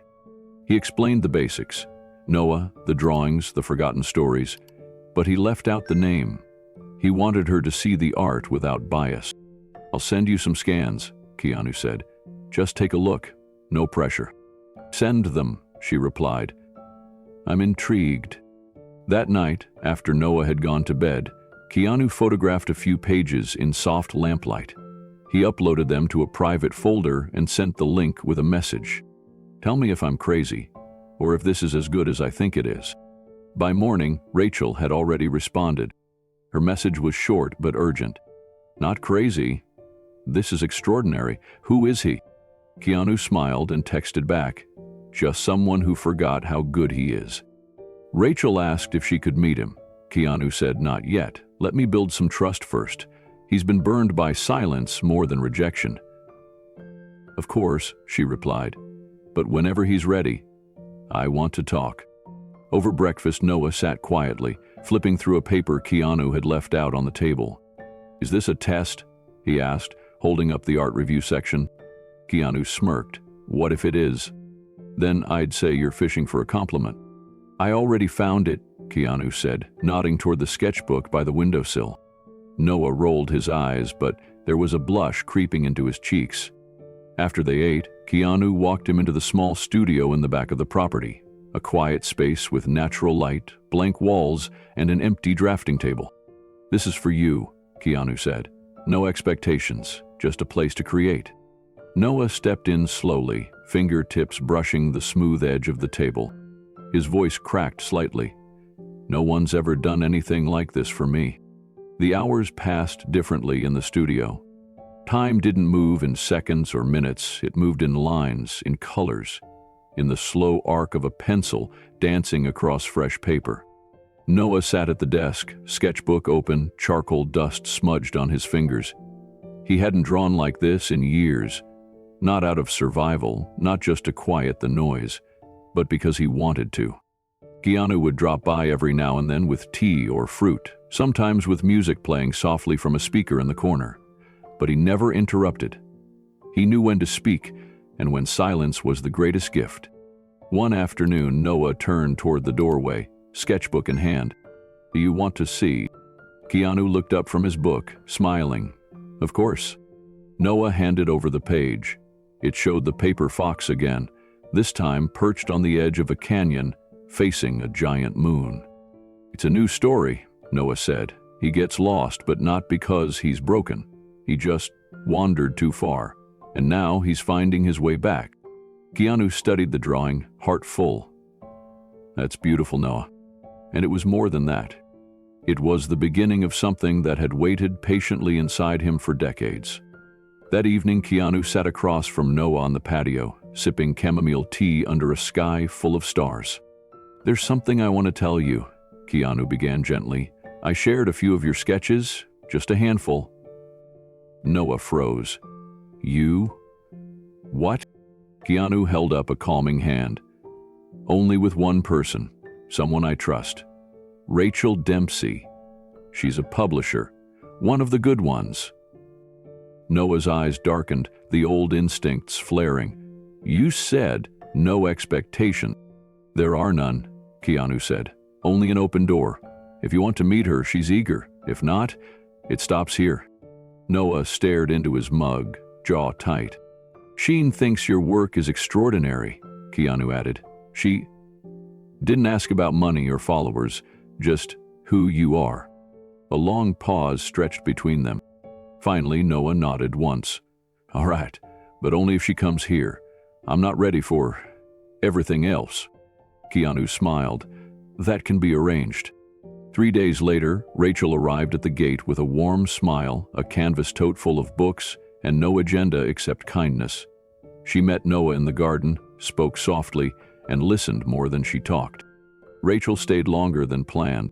She and Noah sat beneath the fig tree, thumbing through old pages of the sketchbook.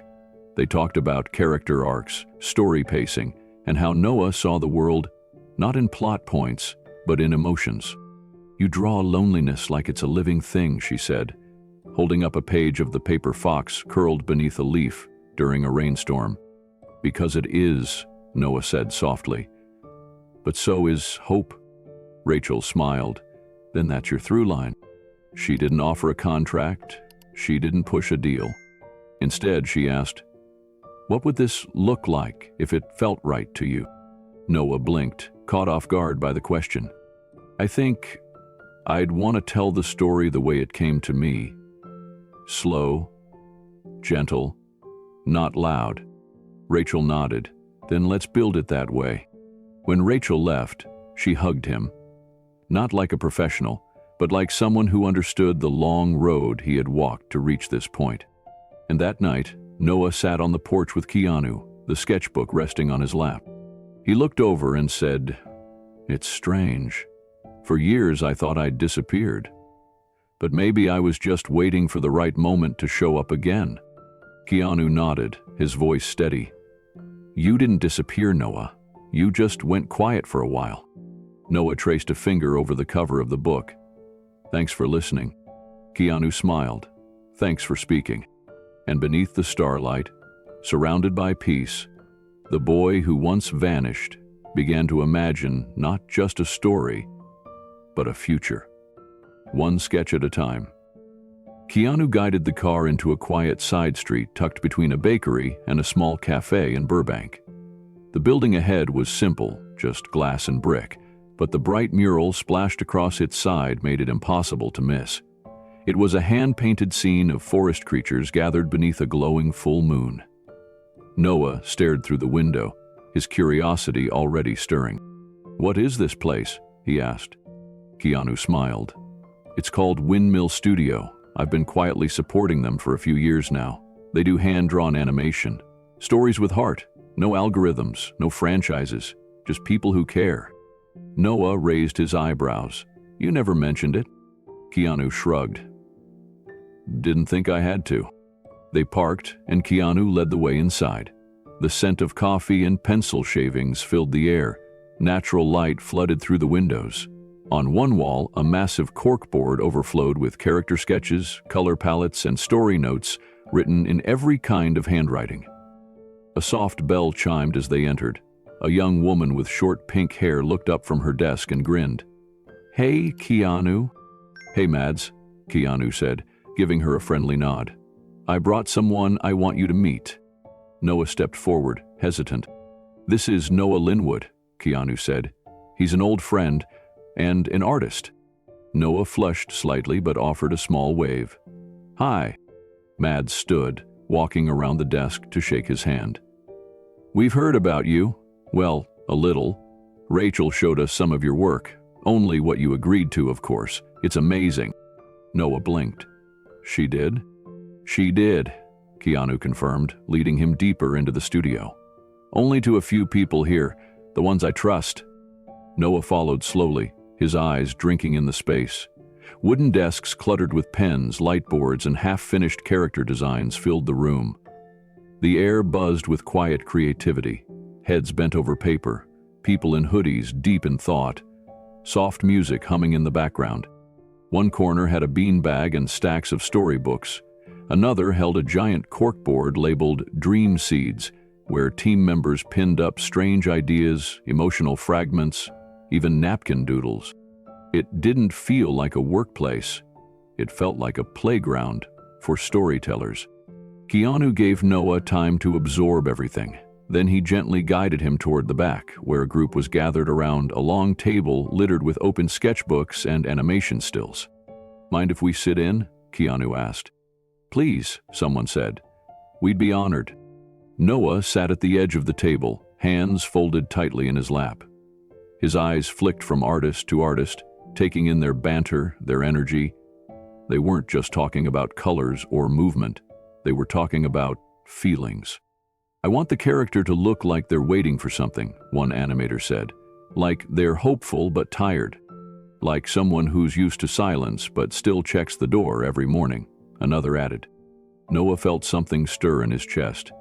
That kind of language. It was his language, too. Mads looked over at him. "Do you mind sharing a thought? We're stuck on a scene.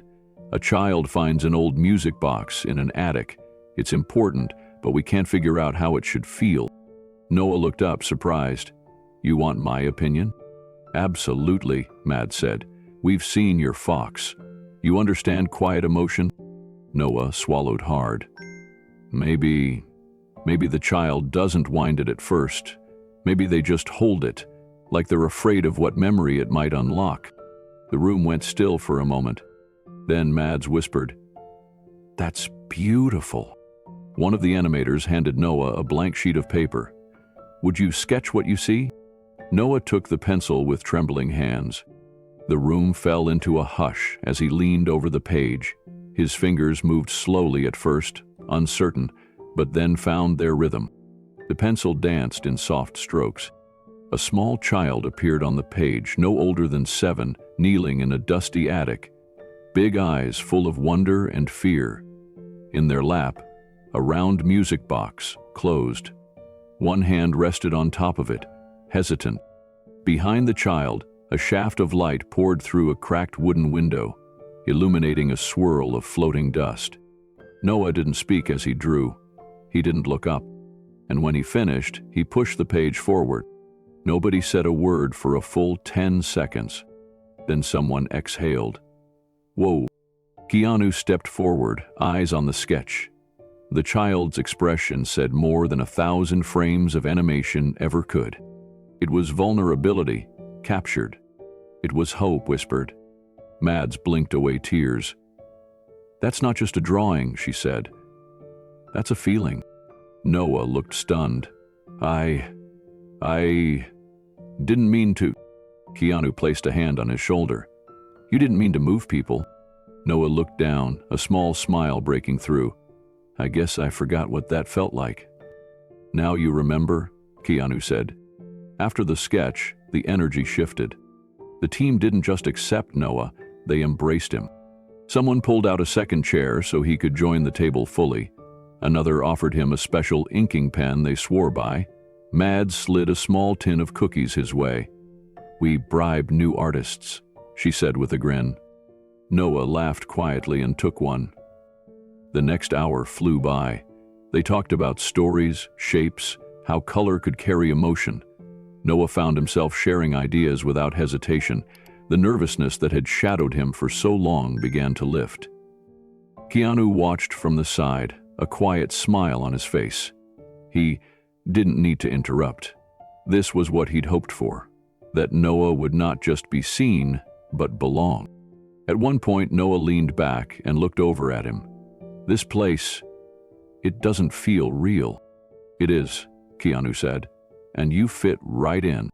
The afternoon light turned golden through the windows. Someone queued up soft jazz on the speaker. Laughter floated through the air like wind through chimes. And somewhere between a second cup of coffee and another round of sketches, Noah Linwood stopped being a guest and started becoming part of the story. Later, as the sun dipped below the horizon, Keanu and Noah stepped outside. The street was quiet, the mural glowing softly in the amber light. They stood in silence for a while, the kind of silence that didn't need filling. "I thought I was too far gone," Noah finally said, "that there wasn't a place for me anymore." Keanu looked over at him. "You were never gone. You were just waiting for the right door." Noah smiled faintly. "I think I found it." He held the sketchbook tighter under his arm. "I don't know what this means or where it goes," he added, "but today felt like the beginning of something." "It is," Keanu said, "and no pressure. You go at your pace." Noah chuckled. "I think I might surprise myself." They started walking toward the car, side by side, neither in a rush. "You know," Noah said, glancing at Keanu, "I used to think you became someone completely different. Like the old you disappeared." Keanu looked ahead, thoughtful. He didn't. He just needed someone to remind him where he started. They reached the car, and both paused to take one last look at the mural. The story was beginning. The next morning, a message arrived on Keanu's phone. It was from Mads. "Hey, don't want to overwhelm him, but the team wants to invite Noah to contribute to our next project. No deadlines, just sketches, if he's willing. He brought something special into the room yesterday. Thought you should know." Keanu smiled and showed the message to Noah over breakfast. Noah read it twice, lips parting in disbelief. "They really mean that?" "They believe do," Keanu said. "No contracts, no pressure, just a door. You can step through it or not." Noah looked down at his coffee, then back at Keanu. "I want to." That afternoon, they returned to the studio. Noah brought his sketchbook, a pencil case, and a half smile that hadn't been there the day before. The team clapped when he walked in. Mads handed him a simple badge that read Contributor, handwritten in blue marker. "It's not official," she said, "but it's yours." Noah pinned it to his shirt and took a deep breath. He found a seat at the long table, opened his book, and started to draw. And in that quiet glow of pencil, paper, and quiet courage, Noah Linwood quietly began again. It started with a quiet conversation over coffee. Keanu and Rachel met at a tucked-away cafe in Pasadena, one that smelled of cinnamon and old books. The morning sun filtered through the windows, catching steam rising from their mugs. Keanu placed a folder on the table. Inside were copies of sketches, loose story notes Noah had scribbled in the margins of his notebook, and one early draft of The Paper Fox. Rachel opened it gently, flipping through the contents like she was holding treasure. "He's special," she said, almost to herself. Keanu nodded. "But he doesn't want a spotlight. He doesn't even want his name known. Yet. But I want to help him take the next step." Quietly. Rachel leaned back. "You want a pitch meeting?" "A soft one," Keanu said. "No press, no mention of me. Just a blind submission. Let the work speak." She smiled. "That's rare." "He deserves rare." Rachel sipped her coffee, eyes returning to the drawings. "What genre?" "Children's picture book? Something simple, honest. About a quiet fox who helps others find their voice." Rachel closed the folder. "I'll set it up. And Keanu?" This is the kind of favor that changes lives." Keanu replied. "That's the idea." Rachel spent the next week preparing the submission. She carefully scanned Noah's sketches, formatted the story outline, and drafted a proposal that read like a whisper rather than a shout. No name-dropping, no flashy endorsements. Just a handwritten author bio that simply said, Noah Linwood, storyteller, illustrator, observer of quiet things. She submitted the pitch to 3 independent publishers, ones known for favoring integrity over commercialism. Meanwhile, Noah had no idea. Back at Keanu's home, he continued sketching in the studio, still unsure what to do with the new energy that had taken root in him. Some days he drew the paper fox in strange new lands, hanging from the branch of a wish tree or crouched beside a scared bear. Other days he simply stared out the window, unsure if it was real. This peace, this possibility. One afternoon, Keanu brought him tea. "You've been quiet," he said. Noah shrugged. "Just trying not to mess anything up. I keep wondering when the bubble will pop." Keanu sat beside him. "Maybe it's not a bubble. Maybe it's a door." Noah glanced sideways. "What if I'm afraid to walk through it?" Keanu smiled. "Then I'll walk beside you." Noah didn't say anything, but he kept sketching.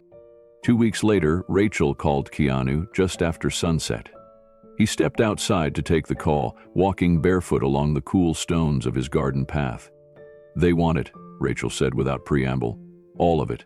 The sketches, the tone, the simplicity. They said it felt like someone bottled childhood wonder and poured it onto the page." Keanu's chest rose with a quiet inhale. That's Noah.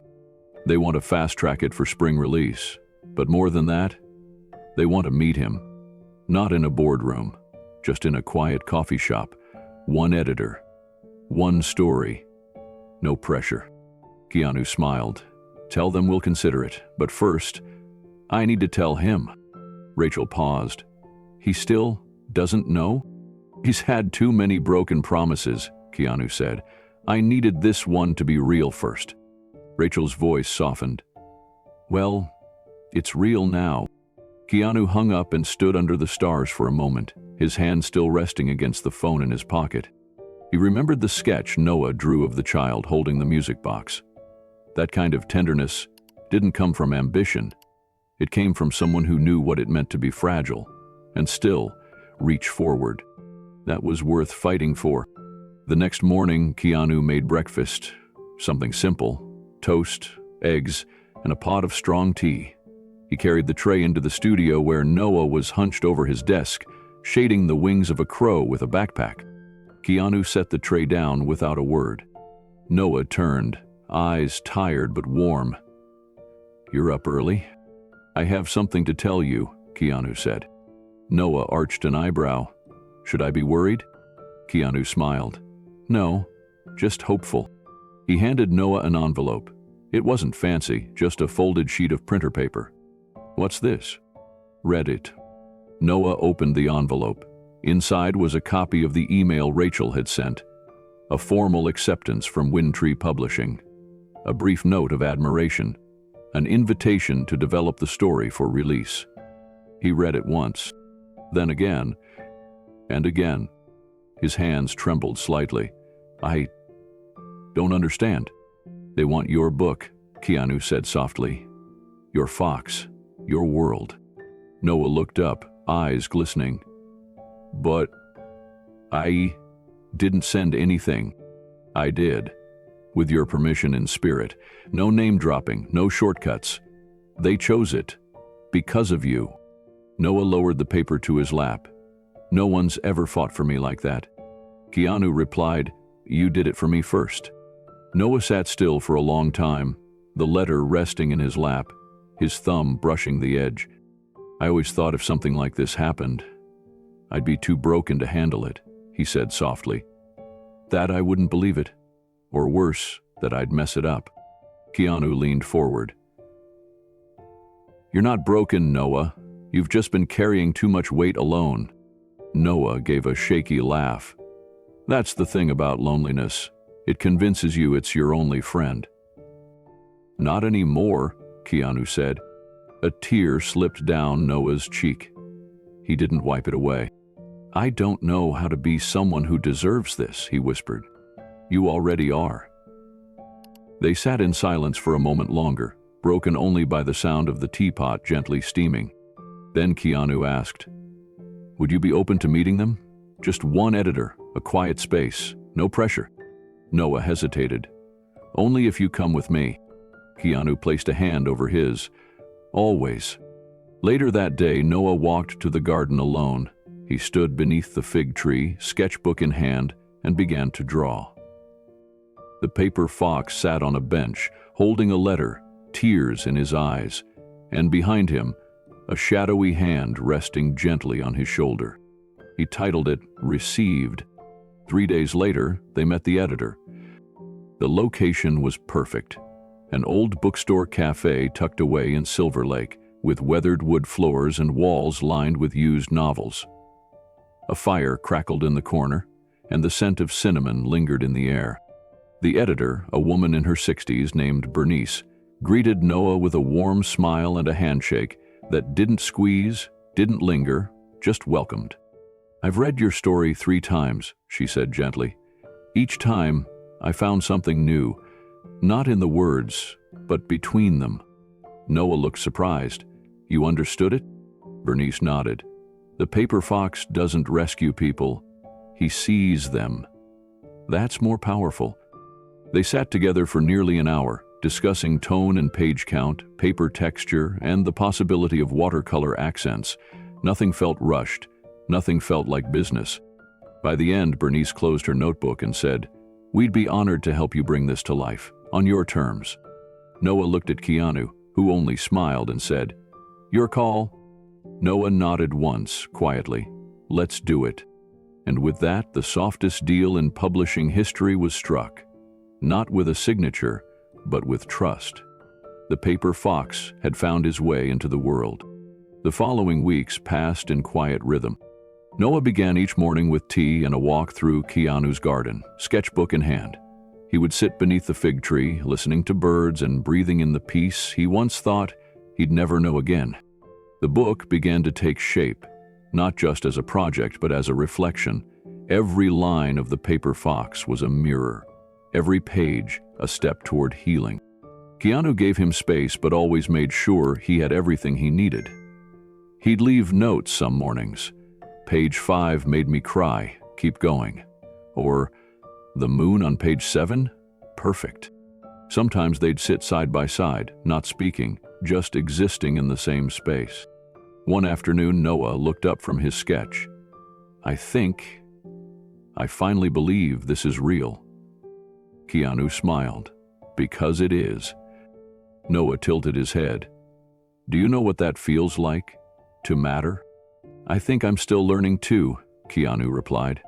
They shared a quiet chuckle, then returned to their work.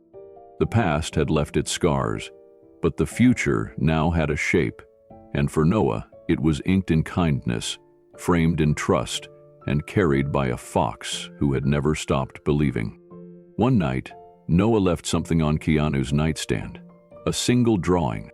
It showed the paper fox and a tall figure with gentle eyes, walking side by side down a forest path. Below it, a caption read, "For the one who reminded me I still had a voice." Keanu framed it the next morning. Not for display, not for fame, just for him. The quiet deal changed both their lives. It arrived on a Tuesday, wrapped in plain brown paper and sealed with a strip of worn masking tape. No return address, just Noah's name written in careful block letters across the top. He found it resting on the porch, beside the clay pot where Keanu grew thyme and lavender. It wasn't heavy, but it felt full. When Noah brought it inside and set it on the table, he stared at it for a long time before opening it. Something about the handwriting felt familiar, though he couldn't place it. It was steady, purposeful, like someone had taken the time to make sure it was readable, even after years. Keanu walked in with 2 mugs of tea and noticed the box. "Delivery?" he asked casually, but his eyes said otherwise. Noah nodded slowly. No idea who sent it. Keanu set the mugs down and took a seat across from him. Only one way to find out. Noah peeled the tape back carefully. The cardboard creaked as he lifted the flaps. Inside were letters, dozens of them, some folded neatly, others tucked in envelopes, all of them handwritten. Noah blinked. "What is this?" Keanu just said, "You should read the top one." With slow fingers, Noah picked up the letter at the top of the pile. It was written on ruled notebook paper, the kind students used in school, with slightly faded blue lines and a light coffee stain in one corner. The handwriting was shaky, looping letters that tilted to the right. "Dear Noah," it began, "you probably don't remember me. My name is Linda Carmichael.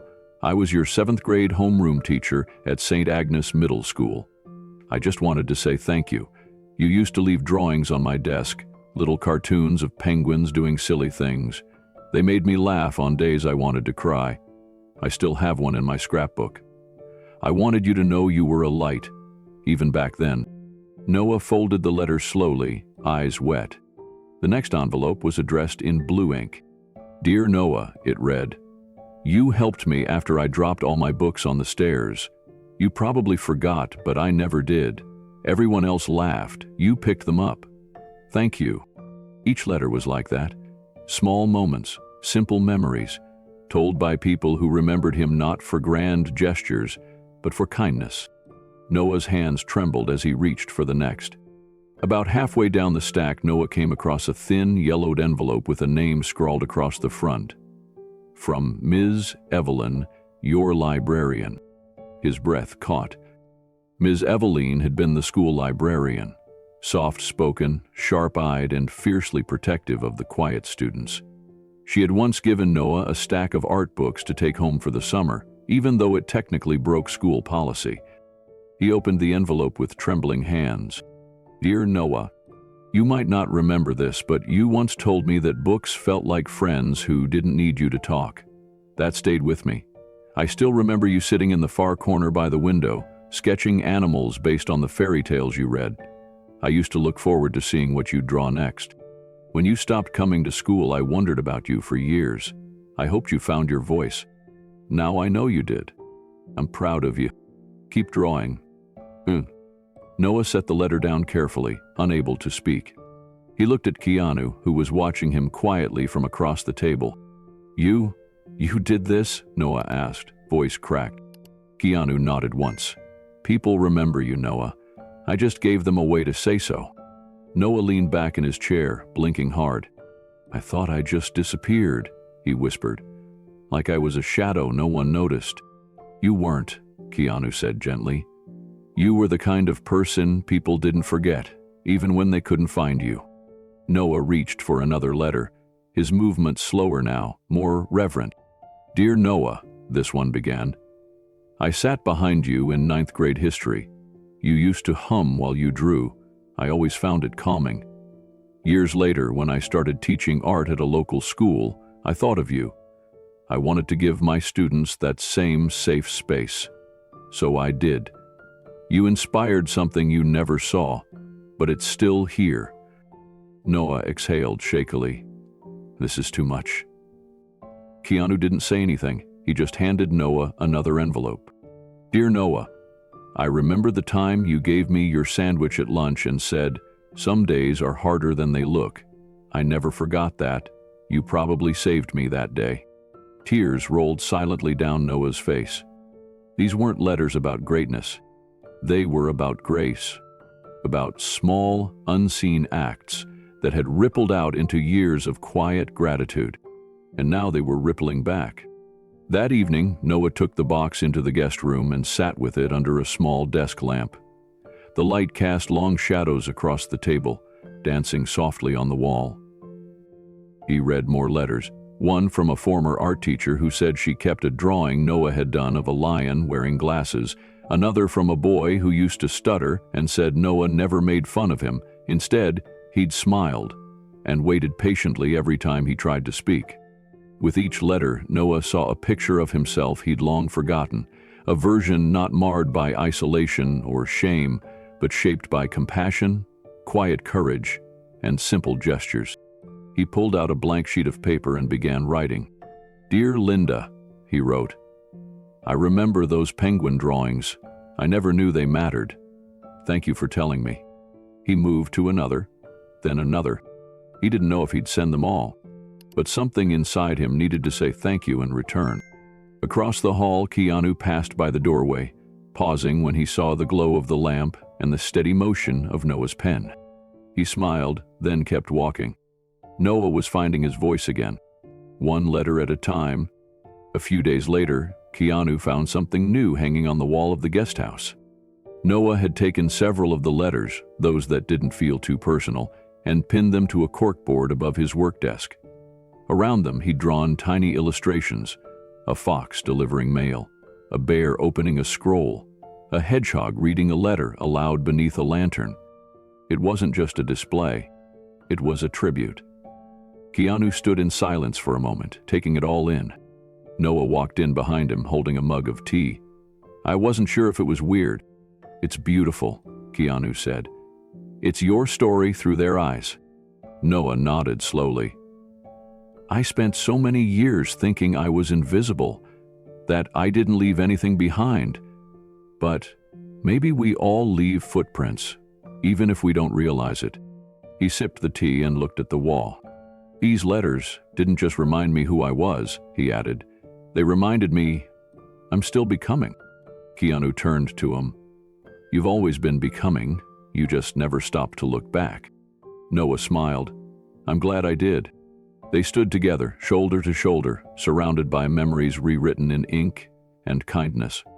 The next morning, Noah stood at the corner mailbox just outside the gate. In his hand, he held a single envelope, addressed to Ms. Evelyn, the librarian. Inside was a letter, written in careful penmanship. "Dear Miss Evelyn, you gave me silence when the world was too loud. You gave me stories when I had none of my own. And you gave me courage to imagine I mattered. Thank you for remembering me. Love, Noah." He slid the letter into the slot and stood there for a moment, hand resting against the cool metal. It wasn't just a thank you, it was a release. Later that day, he sat with Keanu and showed him a rough sketch. It was an idea for a new project, one he called Letters from the Quiet Ones, a small book, maybe a short animated film, something that wove real stories like his into fictional woodland creatures who left notes for one another in hollow trees and under moss-covered stones. "I want to give this back," Noah said, "to kids who feel forgotten, who think no one sees them. Keanu nodded. You will. Noah looked down at his hands. For the first time, I believe that. That evening, Noah took one last letter from the box, unsigned, written in crayon on lined paper. You were the only one who looked at me like I mattered. I hope you're still drawing. He pinned it in the center of the board. Then he opened his sketchbook and drew a fox delivering mail to a lonely mouse. And somewhere between the lines and ink, he found a version of himself he thought he'd lost. The world had remembered him. Now he was learning to remember himself. He was never forgotten. The package arrived on a rainy Thursday, just after sunrise. A delivery driver left it at the gate, sheltered in a plastic sleeve. Keanu spotted it first, his usual morning walk taking him past the mailbox just as the van pulled away. He called out for Noah, voice soft but urgent. Noah stepped outside, wiping his hands on a towel. He'd been in the kitchen making tea, the smell of ginger and lemon still clinging to him. Keanu held out the box. It's from Windtree. Noah's eyes widened. He didn't rush to open it. He brought it inside, set it gently on the table, and stared at it like it might disappear if he blinked too fast. Keanu sat across from him, saying nothing, letting the silence honor the moment. Noah sliced the tape open with a letter opener shaped like a feather. The box gave a soft creak as it opened. Inside were 10 crisp copies of his first book. The covers were matte, soft to the touch, illustrated with a watercolor fox looking up at a twilight sky. Tiny stars were pressed in silver foil, shimmering under the kitchen lights. Across the top, the title read, The Sky Between Us. Noah lifted the top book with both hands, like it was something fragile, sacred. His fingers traced the embossed lettering as if confirming it was real. He opened the book slowly. The inside pages smelled of ink and new beginnings. He turned past the title, the publishing credits, the softly painted opening illustration, until he reached the dedication page. To Keanu, it read, printed in simple serif letters. For finding me, for remembering. Noah didn't speak. He just pushed the open book across the table. Keanu read the words in silence. Then, slowly, he closed the cover and placed his palm flat against it. His eyes were glassy. This belongs in more hands than mine, he said finally. Noah gave a small, crooked smile. Yours is the first it was meant for. Keanu shook his head gently. You've created something that will help people feel seen. That matters more than you know. Noah nodded, still overwhelmed. It only happened because you showed up. Keanu stood and reached across the table, placing a hand on Noah's shoulder. Sometimes, he said, the stories worth telling start with someone being brave enough to return. They stood there for a moment, the book resting between them. Over the next few weeks, Keanu moved quietly behind the scenes. He sent early copies to libraries, children's shelters, and a few independent bookstores known for supporting underrepresented voices. He never mentioned his name, only that the book was from a debut author with a gift for seeing the world gently. A month later, the first reviews trickled in. Bloggers described it as a lullaby in ink and a story for the quiet children the world forgets to hear. One bookstore posted a video on social media, an 8-year-old girl holding the book with both hands, reading aloud to her stuffed animals. Her voice was soft but clear, her finger tracing the fox's journey across the page. Noah watched the video late at night, alone in the guest house, his laptop glowing against the dark. Tears ran down his cheeks as he pressed pause. Keanu found him the next morning, still sitting there, the laptop open, beside an untouched cup of tea. She read every word, Noah whispered. Keanu smiled. And she believed them. Noah leaned back, eyes wide with wonder. I never thought something I made could matter like that. Keanu sat beside him. It matters because it's true. 2 weeks later, an email arrived from Windtree's community outreach manager. A small independent bookstore in Pasadena wanted to host a reading of The Sky Between Us. It would be quiet, they promised, just a handful of families, some soft chairs, and cocoa for the kids. Noah hesitated. "I don't know if I can do that," he said, handing the email to Keanu. "I haven't spoken in front of people in years. What if I freeze?" Keanu looked at him calmly. "What if you don't? I'm not built for crowds." Keanu smiled. "You're not reading to a crowd. You're reading to the child you once were, and he deserves to hear this from you." Noah stared at the floor, biting his lip. Then, finally, he nodded. "I'll try." The day of the event, Keanu drove him there. The shop was tucked on a quiet street, wrapped in ivy and trimmed with twinkling lights. Inside, a semicircle of children waited on cushions. A few parents leaned against the walls, sipping coffee. Noah stood behind a little podium. His hands trembled as he opened the book.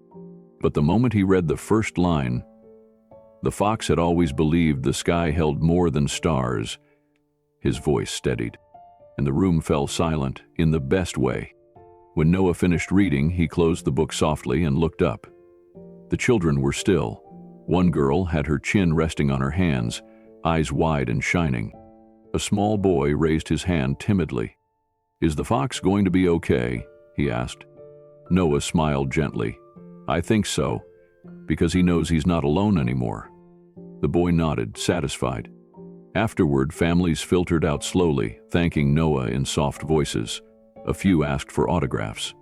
He signed every copy with a trembling hand and a growing warmth in his chest. Near the end, one girl lingered.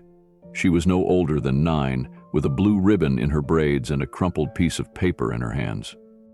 She held it out to him. "I made you something," she said, "because your story made me feel less weird." Noah unfolded the paper. It was a drawing, crayon and pencil, of the paper fox standing beside a girl in glasses. Above it, in shaky handwriting, "Friends don't have to be loud." Noah's throat tightened. "Thank you," he whispered. She beamed and ran back to her mom. Keanu, standing off to the side, watched as Noah clutched the drawing to his chest. A full-circle moment had just arrived. That night, back at Keanu's home, they sat outside under the stars. Noah still held the child's drawing in his lap. "I used to think stories had to be big," he said quietly. "Loud, heroic." Keanu poured them each a cup of tea. "Turns out the quiet ones go deeper." Noah nodded. "I never thought I'd be the kind of person who gets read." Keanu looked at him. "You were always the kind of person worth listening to." They sat in silence for a while. The wind stirred the trees, and somewhere in the distance, a coyote called out.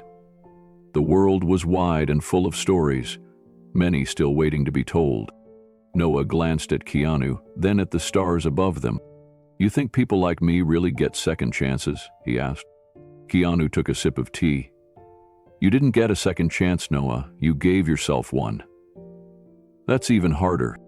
The words sank in, steady and true. Noah looked down at the drawing again. The little fox, the little girl. Maybe it wasn't just a book. Maybe it was a reminder that even quiet lives can echo. Before turning in for the night, Noah placed the drawing from the little girl inside the front cover of one of his author copies. He opened the book again, staring at the dedication page. "To Keanu, for finding me, for remembering." Then he wrote one more line beneath it, in his own handwriting. "And for reminding me who I am." He left that copy on Keanu's desk with the note tucked inside. "This one's yours, not for sharing, just for keeping." Keanu found it the next morning and stood frozen for a moment, touched in a way words couldn't reach. He placed the book gently on his shelf, between an old journal and a worn paperback that had traveled with him across the world. He didn't say anything about it. He didn't need to. The story had already said everything. And as the sun rose through the kitchen window, lighting the book's silver foil stars, Keanu smiled to himself. Because some gifts don't come wrapped in ribbon. They come in healing and ink, and the kind of quiet that changes lives. Later that week, Keanu returned to the bookstore and purchased every remaining copy. He donated them to reading centers, foster homes, and children's hospitals. No announcements, no media, just quiet generosity the kind that Noah's story deserved. The book began to travel on its own. It showed up in waiting rooms, school libraries, tucked into backpacks, and in every place it landed, a child turned the page and met the paper fox under a painted sky. And somewhere deep inside, they felt seen. Noah never asked how far it spread. But Keanu knew, because some skies stretch farther than we can ever measure. And this sky had no limits. The photo had been tucked inside an old paperback, dog-eared and faded, hidden in Keanu's personal collection. He wasn't even looking for it that morning. He had just reached for the book out of habit, drawn to its yellowed spine and the way the cover curled at the edges. When he opened it, the picture slipped out and floated to the floor like a dry leaf. He picked it up and stared at it for a long moment. It was a black and white snapshot from a childhood long gone, two boys sitting cross-legged on a cracked sidewalk, each holding melting popsicles, their smiles lopsided and wide. One was Keanu, barely 10 years old, hair messy, knees scraped. The other, smaller but unmistakable, was Noah Linwood. The same gentle eyes, the same crooked smile. Keanu smiled softly, his thumb brushing a faint coffee ring in the corner. He turned the photo over. On the back, in faint pencil, were the words, "Summer, 78, Queen Street." He walked out to the guest house where Noah was sketching quietly by the window. "Found something," Keanu said, holding it out like a gift. Noah took it with both hands. He stared at it, mouth slightly open, as if he were holding a mirror to time itself. Noah didn't speak for a long time. He just stared at the image, as if it might suddenly blink or breathe. His fingers gently traced the outlines. Two boys captured in a moment before the world had taught them to guard their hearts. "I forgot this existed," he whispered. "I never did," Keanu replied, "but I forgot where I put it." Noah gave a breath of quiet laughter, half choked with emotion. "Look at us, popsicles and scraped knees. We had nothing, and somehow we had everything." Keanu sat beside him. "You know what I was thinking?" Noah raised an eyebrow. "We should recreate it." Noah blinked. "Now?" Keanu nodded. "Same pose, same smiles, just a few decades later." Noah chuckled. "You think the world's ready for two old guys with popsicles? I think we're overdue." That afternoon, they drove to a quiet block that still resembled the old Queen Street, now lined with vintage shops and faded murals. They found a low curb with a cracked sidewalk and the same rusted hydrant from the photo. They bought 2 popsicles from a corner store, grape and cherry, just like before. Then they sat down, side by side, and let the camera capture the moment. History, reclaimed. The recreated photo wasn't perfect. Their posture was stiffer. Keanu's hair had long since turned silver at the temples, and Noah's beard caught the light like frost. But the smiles were real, unfiltered, and full of something deeper than nostalgia. It wasn't a reenactment. It was a declaration. That friendship, even lost for decades, could survive the erosion of time. Back at the house, Keanu printed the photo and slipped it into a simple wooden frame. He placed it gently beside another picture, one of his sister Monica, taken just months before, the corners curling from time. He stared at the 2 frames side by side, his past, his present, his people. Noah stood in the doorway, watching. "You keep everything," he said softly. Keanu nodded. "The things that matter." They sat together in the quiet that followed. "I used to think that memory was just pain in disguise," Noah said, "that all it ever did was haunt." Keanu looked at him. "Maybe, but sometimes it heals too, if you let it in." Noah smiled faintly. "So this photo, it's more than just a picture?" Keanu turned to him, voice low. "It's proof that we made it back." Later that evening, Noah picked up the photo again, tracing the lines around his younger face. He chuckled. "I used to hate pictures of myself, thought they caught things I didn't want seen." "And now?" Keanu asked. Noah tilted his head. "Now? I think this one caught something I didn't want to lose. That night, over dinner, Keanu showed Noah something new. A small shelf he'd cleared near his private study. On it, he'd placed a row of framed photographs. Monica's birthday, a beach sunrise, the old photo of Noah and Keanu as kids, and now, beside it, the new one, side by side. One childhood lost, the other reclaimed. Noah stared at it, eyes glistening. "You really did make room for me," he said. "You were always there," Keanu replied, "even when you weren't." The next morning, a friend of Keanu's who worked in film stopped by. She was scouting locations and wanted to ask Keanu about an old motorcycle trail he used to ride. As they chatted in the kitchen, her eyes drifted to the shelf. "That photo," she said, pointing to the new one, "is that from a film?" "No," Keanu said. "It's real." She nodded slowly. "There's something in it. You can feel it." Later that week, Keanu had a few prints made, one for himself, one for Noah, and one tucked inside a sealed envelope labeled, "In case I ever forget." He handed that envelope to Noah. "For when memory gets cloudy," he said, "you'll have light to guide it." Noah didn't say anything. He just hugged the envelope close. One afternoon, Noah asked if he could take a walk alone through the old Queen Street neighborhood. He wandered past the corner store, the alley where he used to draw on the bricks with chalk, the wall where someone had once spray-painted a quote, "The sky holds every story we forget to tell." He paused there for a long time. Then he pulled out his sketch pad and started to draw. When he returned, Keanu was waiting on the porch. "I added something to the photo," Noah said. He handed him a print of the recreated image, but now, above the boys, he had drawn a soft watercolor sky, filled with stars and a gentle swirl of wind. And tucked inside the wind, barely visible, were the outlines of a fox and a boy, running together toward the horizon. Keanu stared at it, moved beyond words. "I wanted it to show that even the things we thought were gone," Noah said, "they're still with us, just further along the trail." Keanu framed that version too. And over time, it became the image people asked about the most. Visitors who entered his home, young fans who saw it hanging on the wall during video calls, artists who said it reminded them of something they couldn't name. Noah never took credit. He didn't have to. The image spoke for itself.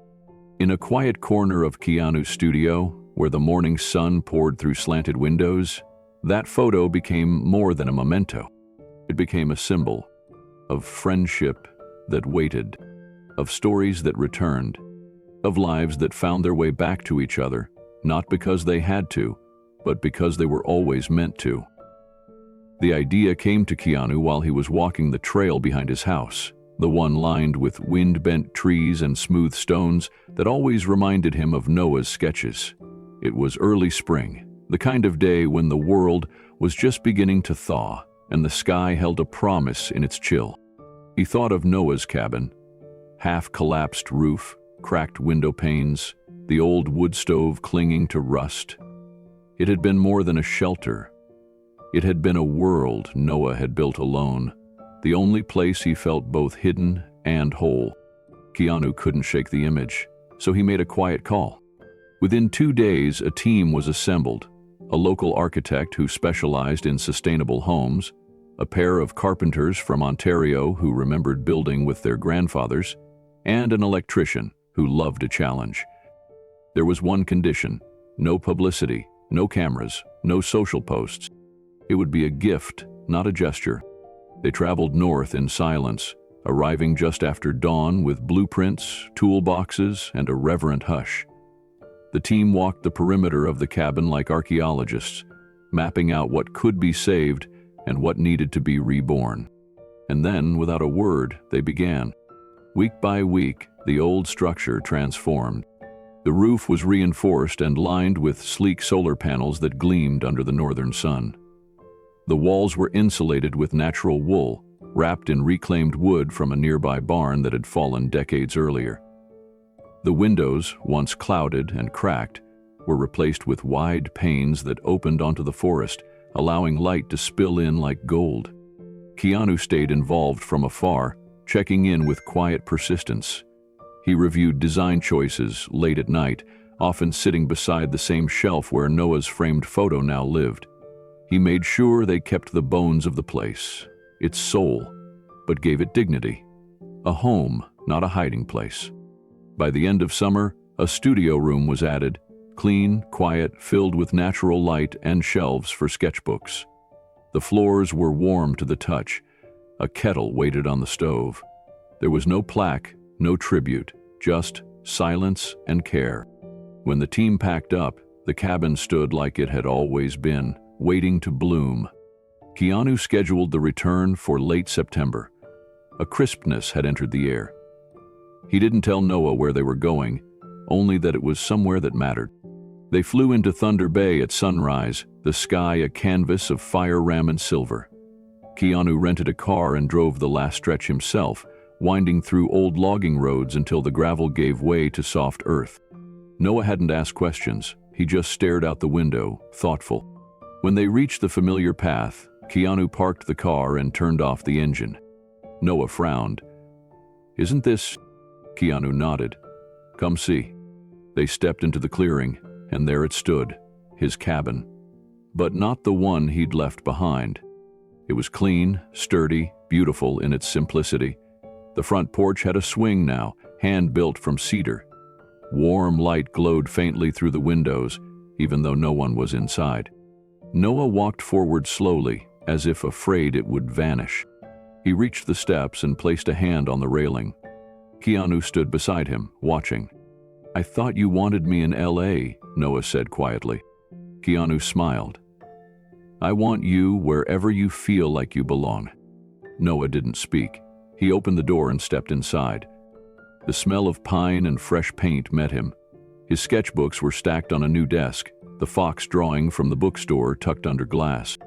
And for the first time in years, he exhaled without fear. Noah moved through the cabin like a man walking through a memory, only this time it didn't ache. Each corner held intention.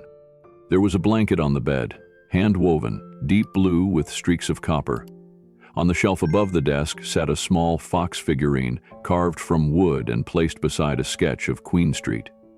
Their recreated photo tucked in the corner, newly framed. In the kitchen, a row of hooks held mugs in different sizes and colors. One had the words, "Let it be quiet," etched into the glaze. Another simply read, "Home." Noah ran his fingers over the counter, then turned to Keanu, who leaned silently against the doorway. "You remembered everything," Noah whispered. Keanu nodded. "Some things are worth remembering." They sat on the porch swing as the afternoon light slanted across the clearing. "I didn't think I needed this," Noah said. "And now?" Noah looked out toward the trees. "Now, I don't know how I lived without it." The wind stirred the leaves gently, as if agreeing. Keanu handed him a key. "It's yours. No rent, no strings." Noah took it with trembling fingers. "You rebuilt my life, man." "No," Keanu said softly. "You rebuilt it. I just cleared the path." That night, Keanu stayed in a small guest cabin nearby, giving Noah space. Inside, Noah lit a single lamp and walked slowly through each room again. He opened the windows to let the night in. Cool air, the rustle of trees, the distant cry of an owl. For the first time in years, the silence didn't feel like a cage. It felt like peace. He sat at the desk and opened a fresh sketchbook. For a moment, his hand hovered over the page. Then, with slow, deliberate strokes, he began to draw. A forest clearing, a cabin with light spilling from the windows, and two men, one holding a popsicle, the other holding a key. He smiled as he shaded in the porch swing. Later, he made tea, poured it into the mug that said home, and stepped outside. The stars stretched endlessly overhead, crisp and bright. He took a deep breath and let it out slowly. The cabin didn't feel like a return. It felt like a beginning. And when he crawled into bed that night, beneath the woven blanket and quiet roof, he slept without fear or weight or noise, just belonging, and the sound of the wind blessing his walls. The next morning, Keanu knocked gently on the cabin door. Noah answered with a calmness Keanu hadn't seen before, his shoulders relaxed, eyes brighter. They shared coffee on the porch, wrapped in the quiet of early light. "I didn't realize how tired I'd been," Noah said, sipping from the same mug. Keanu nodded. "Sometimes the soul rests only when it feels seen." Noah looked out at the trees. "So what now? You tell me." "I think I want to stay. Not forever, but for now. I want to draw. I want to walk the trails again. Maybe even teach a workshop in town." Keanu smiled. "You've got time." They sat in silence for a while, broken only by the song of a single thrush nearby. "Can I ask you something?" Noah said. "Of course." "Why did you do all this? I mean, really?" Keanu looked at him with a softness that only years of gratitude could form. "Because once upon a time, you stood between me and the darkness, and I've never forgotten that." Noah blinked hard. "You deserved a roof that didn't leak," Keanu added, "and a place where your heart could draw in peace." Noah looked away and whispered, "Thank you." Before Keanu left, he placed a small package on Noah's desk. He didn't say what was inside, just nodded toward it and said, "When you're ready." Noah waited until the car had disappeared down the trail before unwrapping it. Inside was the original photo, the one from 1978, the boys with their popsicles on Queen Street. And beneath it, a note in Keanu's handwriting. "Some friendships never age, they just wait." Noah set the photo beside the sketch he'd drawn the night before. Two boys, two men, two versions of the same truth. He looked around the cabin, at the walls that now held his future. And then he did something he hadn't done in decades. He laughed, a full, open sound that filled the room like music. That night he started a new story, not just sketches, but words. A tale about a boy who got lost in the woods and was found, not by magic, but by memory. It began with the sentence, "He didn't know he was missing until someone remembered where to find him." And under the stars, in a cabin reborn by love and time, Noah wrote by lantern light, hand steady, heart whole. He was home, at last. Outside, the wind picked up gently, rustling through the pines like an old friend whispering welcome. The cabin glowed with a soft warmth, not from electricity or fire, but from the life now breathing within its walls. And across the porch swing, beneath the fading light, a paper fox sat perched on the railing, drawn, cut, and folded by hand, waiting for morning, waiting for the next page. And the story was only just beginning. By late spring, Noah had fallen into a rhythm, one that spanned coastlines and calendars, split gently between his quiet cabin in Thunder Bay and the warm hum of Los Angeles. He spent weeks in the north, walking forest trails with his sketchbook under one arm, often stopping for hours beneath a birch just to catch the curve of a fox's leap or the shape of light on snow. He kept a kettle on at all times and left his door open on sunny days, as if inviting memory to sit with him. Then, every few months, he'd board a quiet flight south, landing in LA to spend time in the guest house behind Keanu's home. That house, too, had become something sacred, not a place of charity, but of sanctuary. Noah now had a publisher, a mailing list, and a quiet presence online thanks to a soft launch from the indie bookstore scene. His first book, The Sky Between Us, had taken root.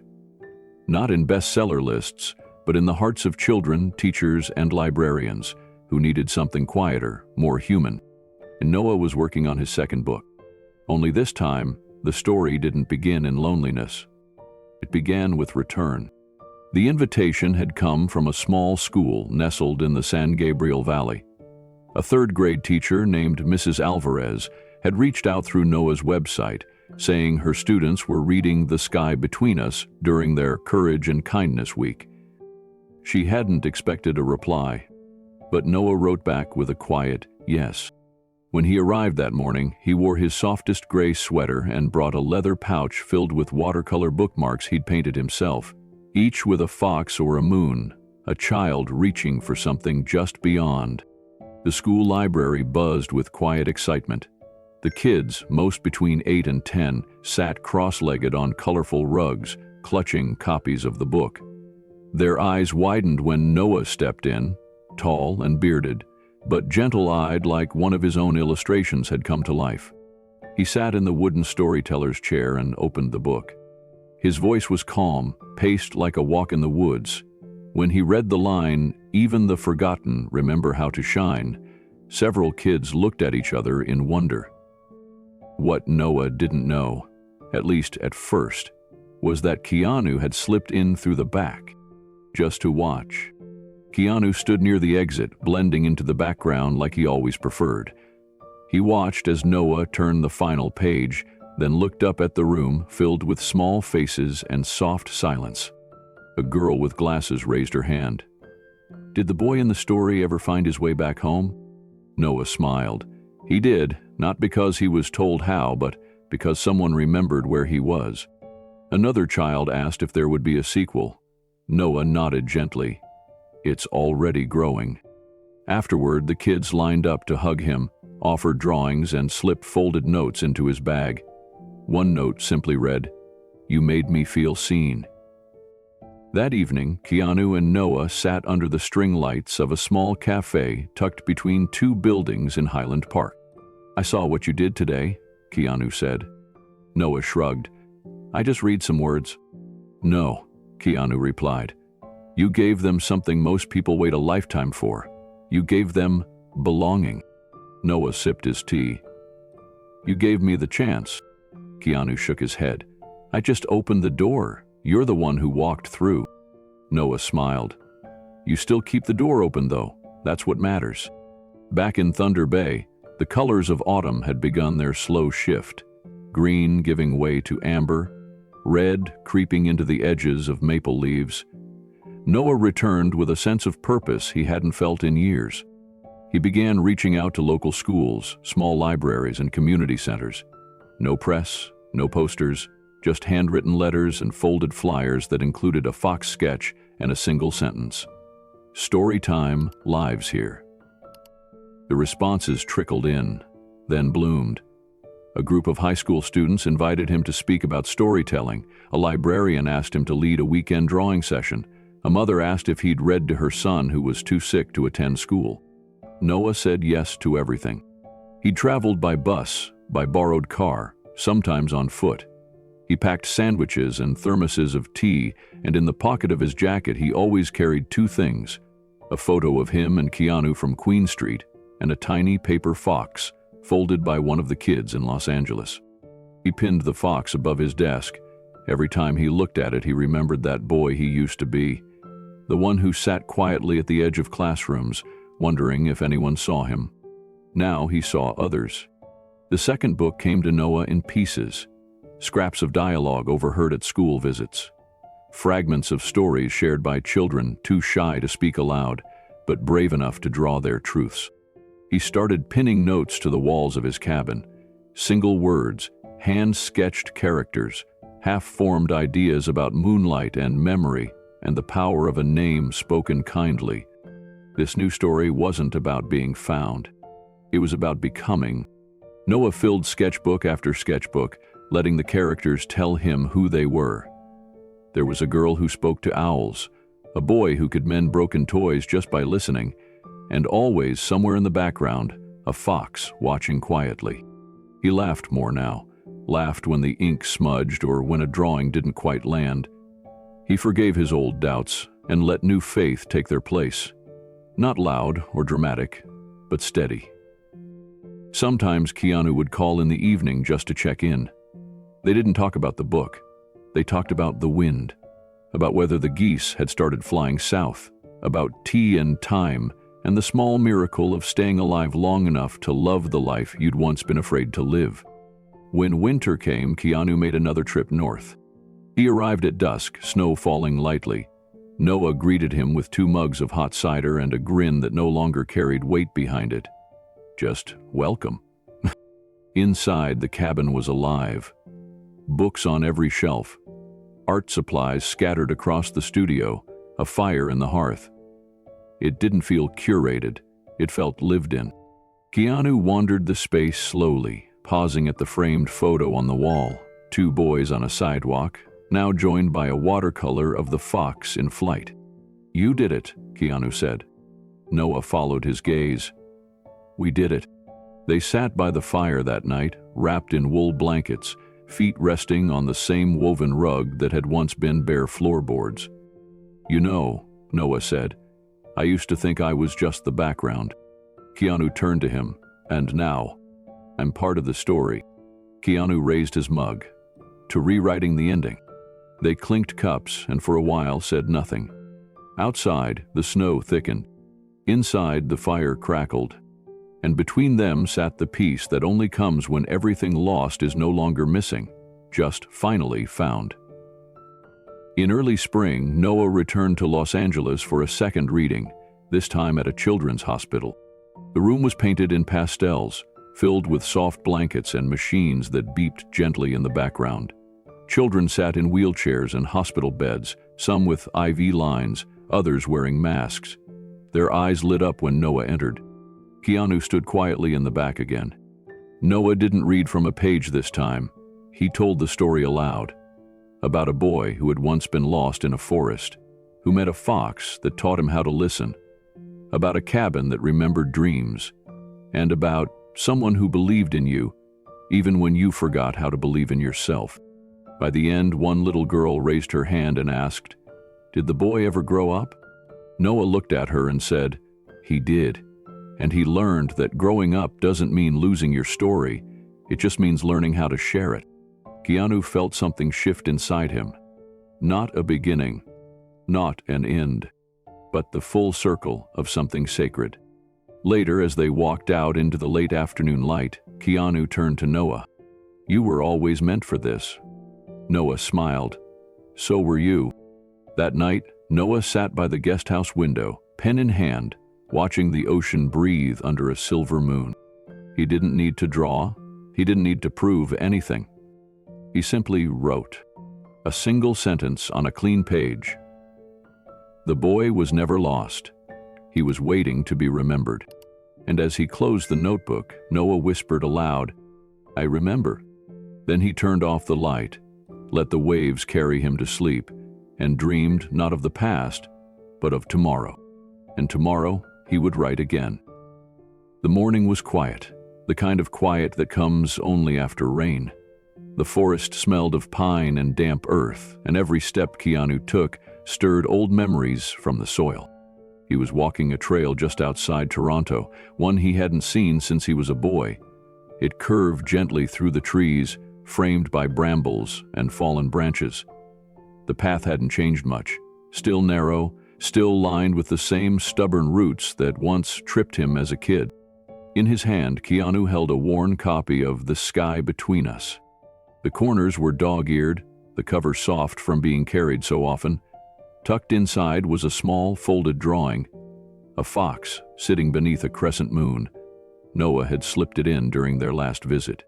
Keanu stopped at a clearing where the light broke through. He looked around, remembering the exact spot where he and Noah had once sat with melted popsicles, talking about the future like it was something they could sketch and color in. Back then, the idea of growing old had felt far away. Back then, friendship was a given. But somewhere along the way, life had wandered off the trail. And now, somehow, it had come back. Keanu sat on a moss-covered log, the book resting on his knees. A light wind tugged gently at the pages. He thought of all the moments he could have missed if he hadn't gone back to his childhood home, if he hadn't opened that yearbook, if he hadn't taken that first step down the long road toward remembering. He thought about the way Noah had once shared his sandwich when Keanu had none, or how he never laughed when Keanu stuttered trying to read aloud. Back then, those moments felt small, forgettable. Now, they were everything. The kind of everything that lingers long after the world moves on. He ran his fingers over the cover of the book, then opened to the dedication page. To Keanu, for finding me, for remembering. His throat tightened. There were no awards, no cameras, no public stories. Just this.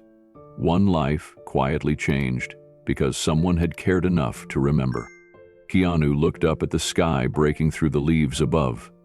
The light fell in scattered beams, painting the forest floor in soft gold.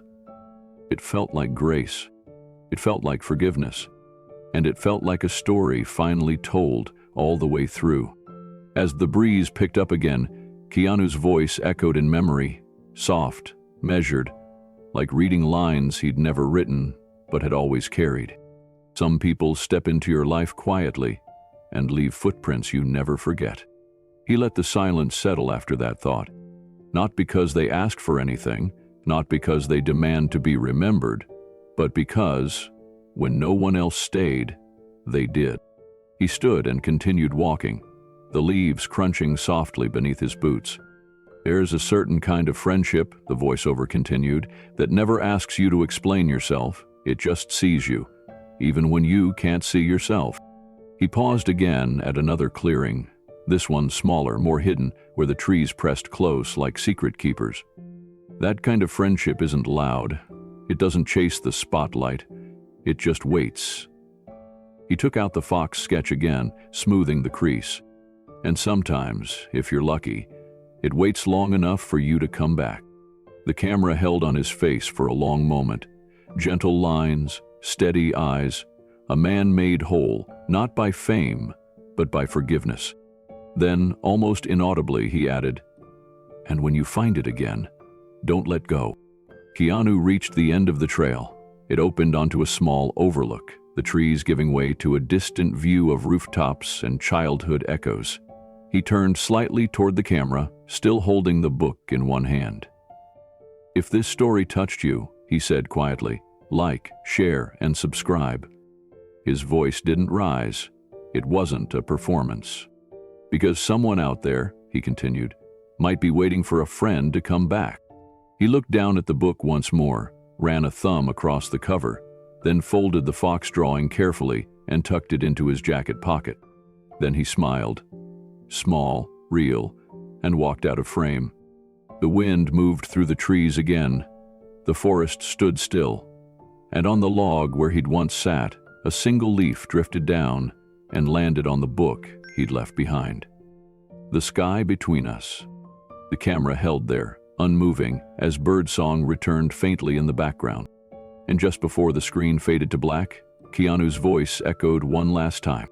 Maybe we don't remember people because they were extraordinary. Maybe they became extraordinary because we remembered them. Elsewhere, in a quiet cabin nestled beneath tall pines, Noah sat with a stack of letters on his lap. They were from children, parents, librarians, strangers who had read his story and felt less alone. Some thanked him for reminding them how to dream. Others just said, "Thank you for being real." He read each one slowly, fingers trembling but heart steady. Then, in the corner of the cabin, he added a new frame to the wall. Inside was the letter Keanu had once written him in silence, never signed, but unmistakably his. Next to it, he pinned a drawing done by one of the children from the hospital. It was of two boys under a wide sky. One carried a lantern, the other carried nothing but walked close behind. Below it, the child had written, "Thank you for coming back, for your friend." Noah smiled. And somewhere, far from fame, far from scripts and screens and spotlights, two boys who had once lost each other were now part of stories they had helped write, not just in books, but in lives. Stories where no one was forgotten, and where every return was the beginning of something whole. Because in the end, the quietest stories are often the ones that echo the longest. They remain,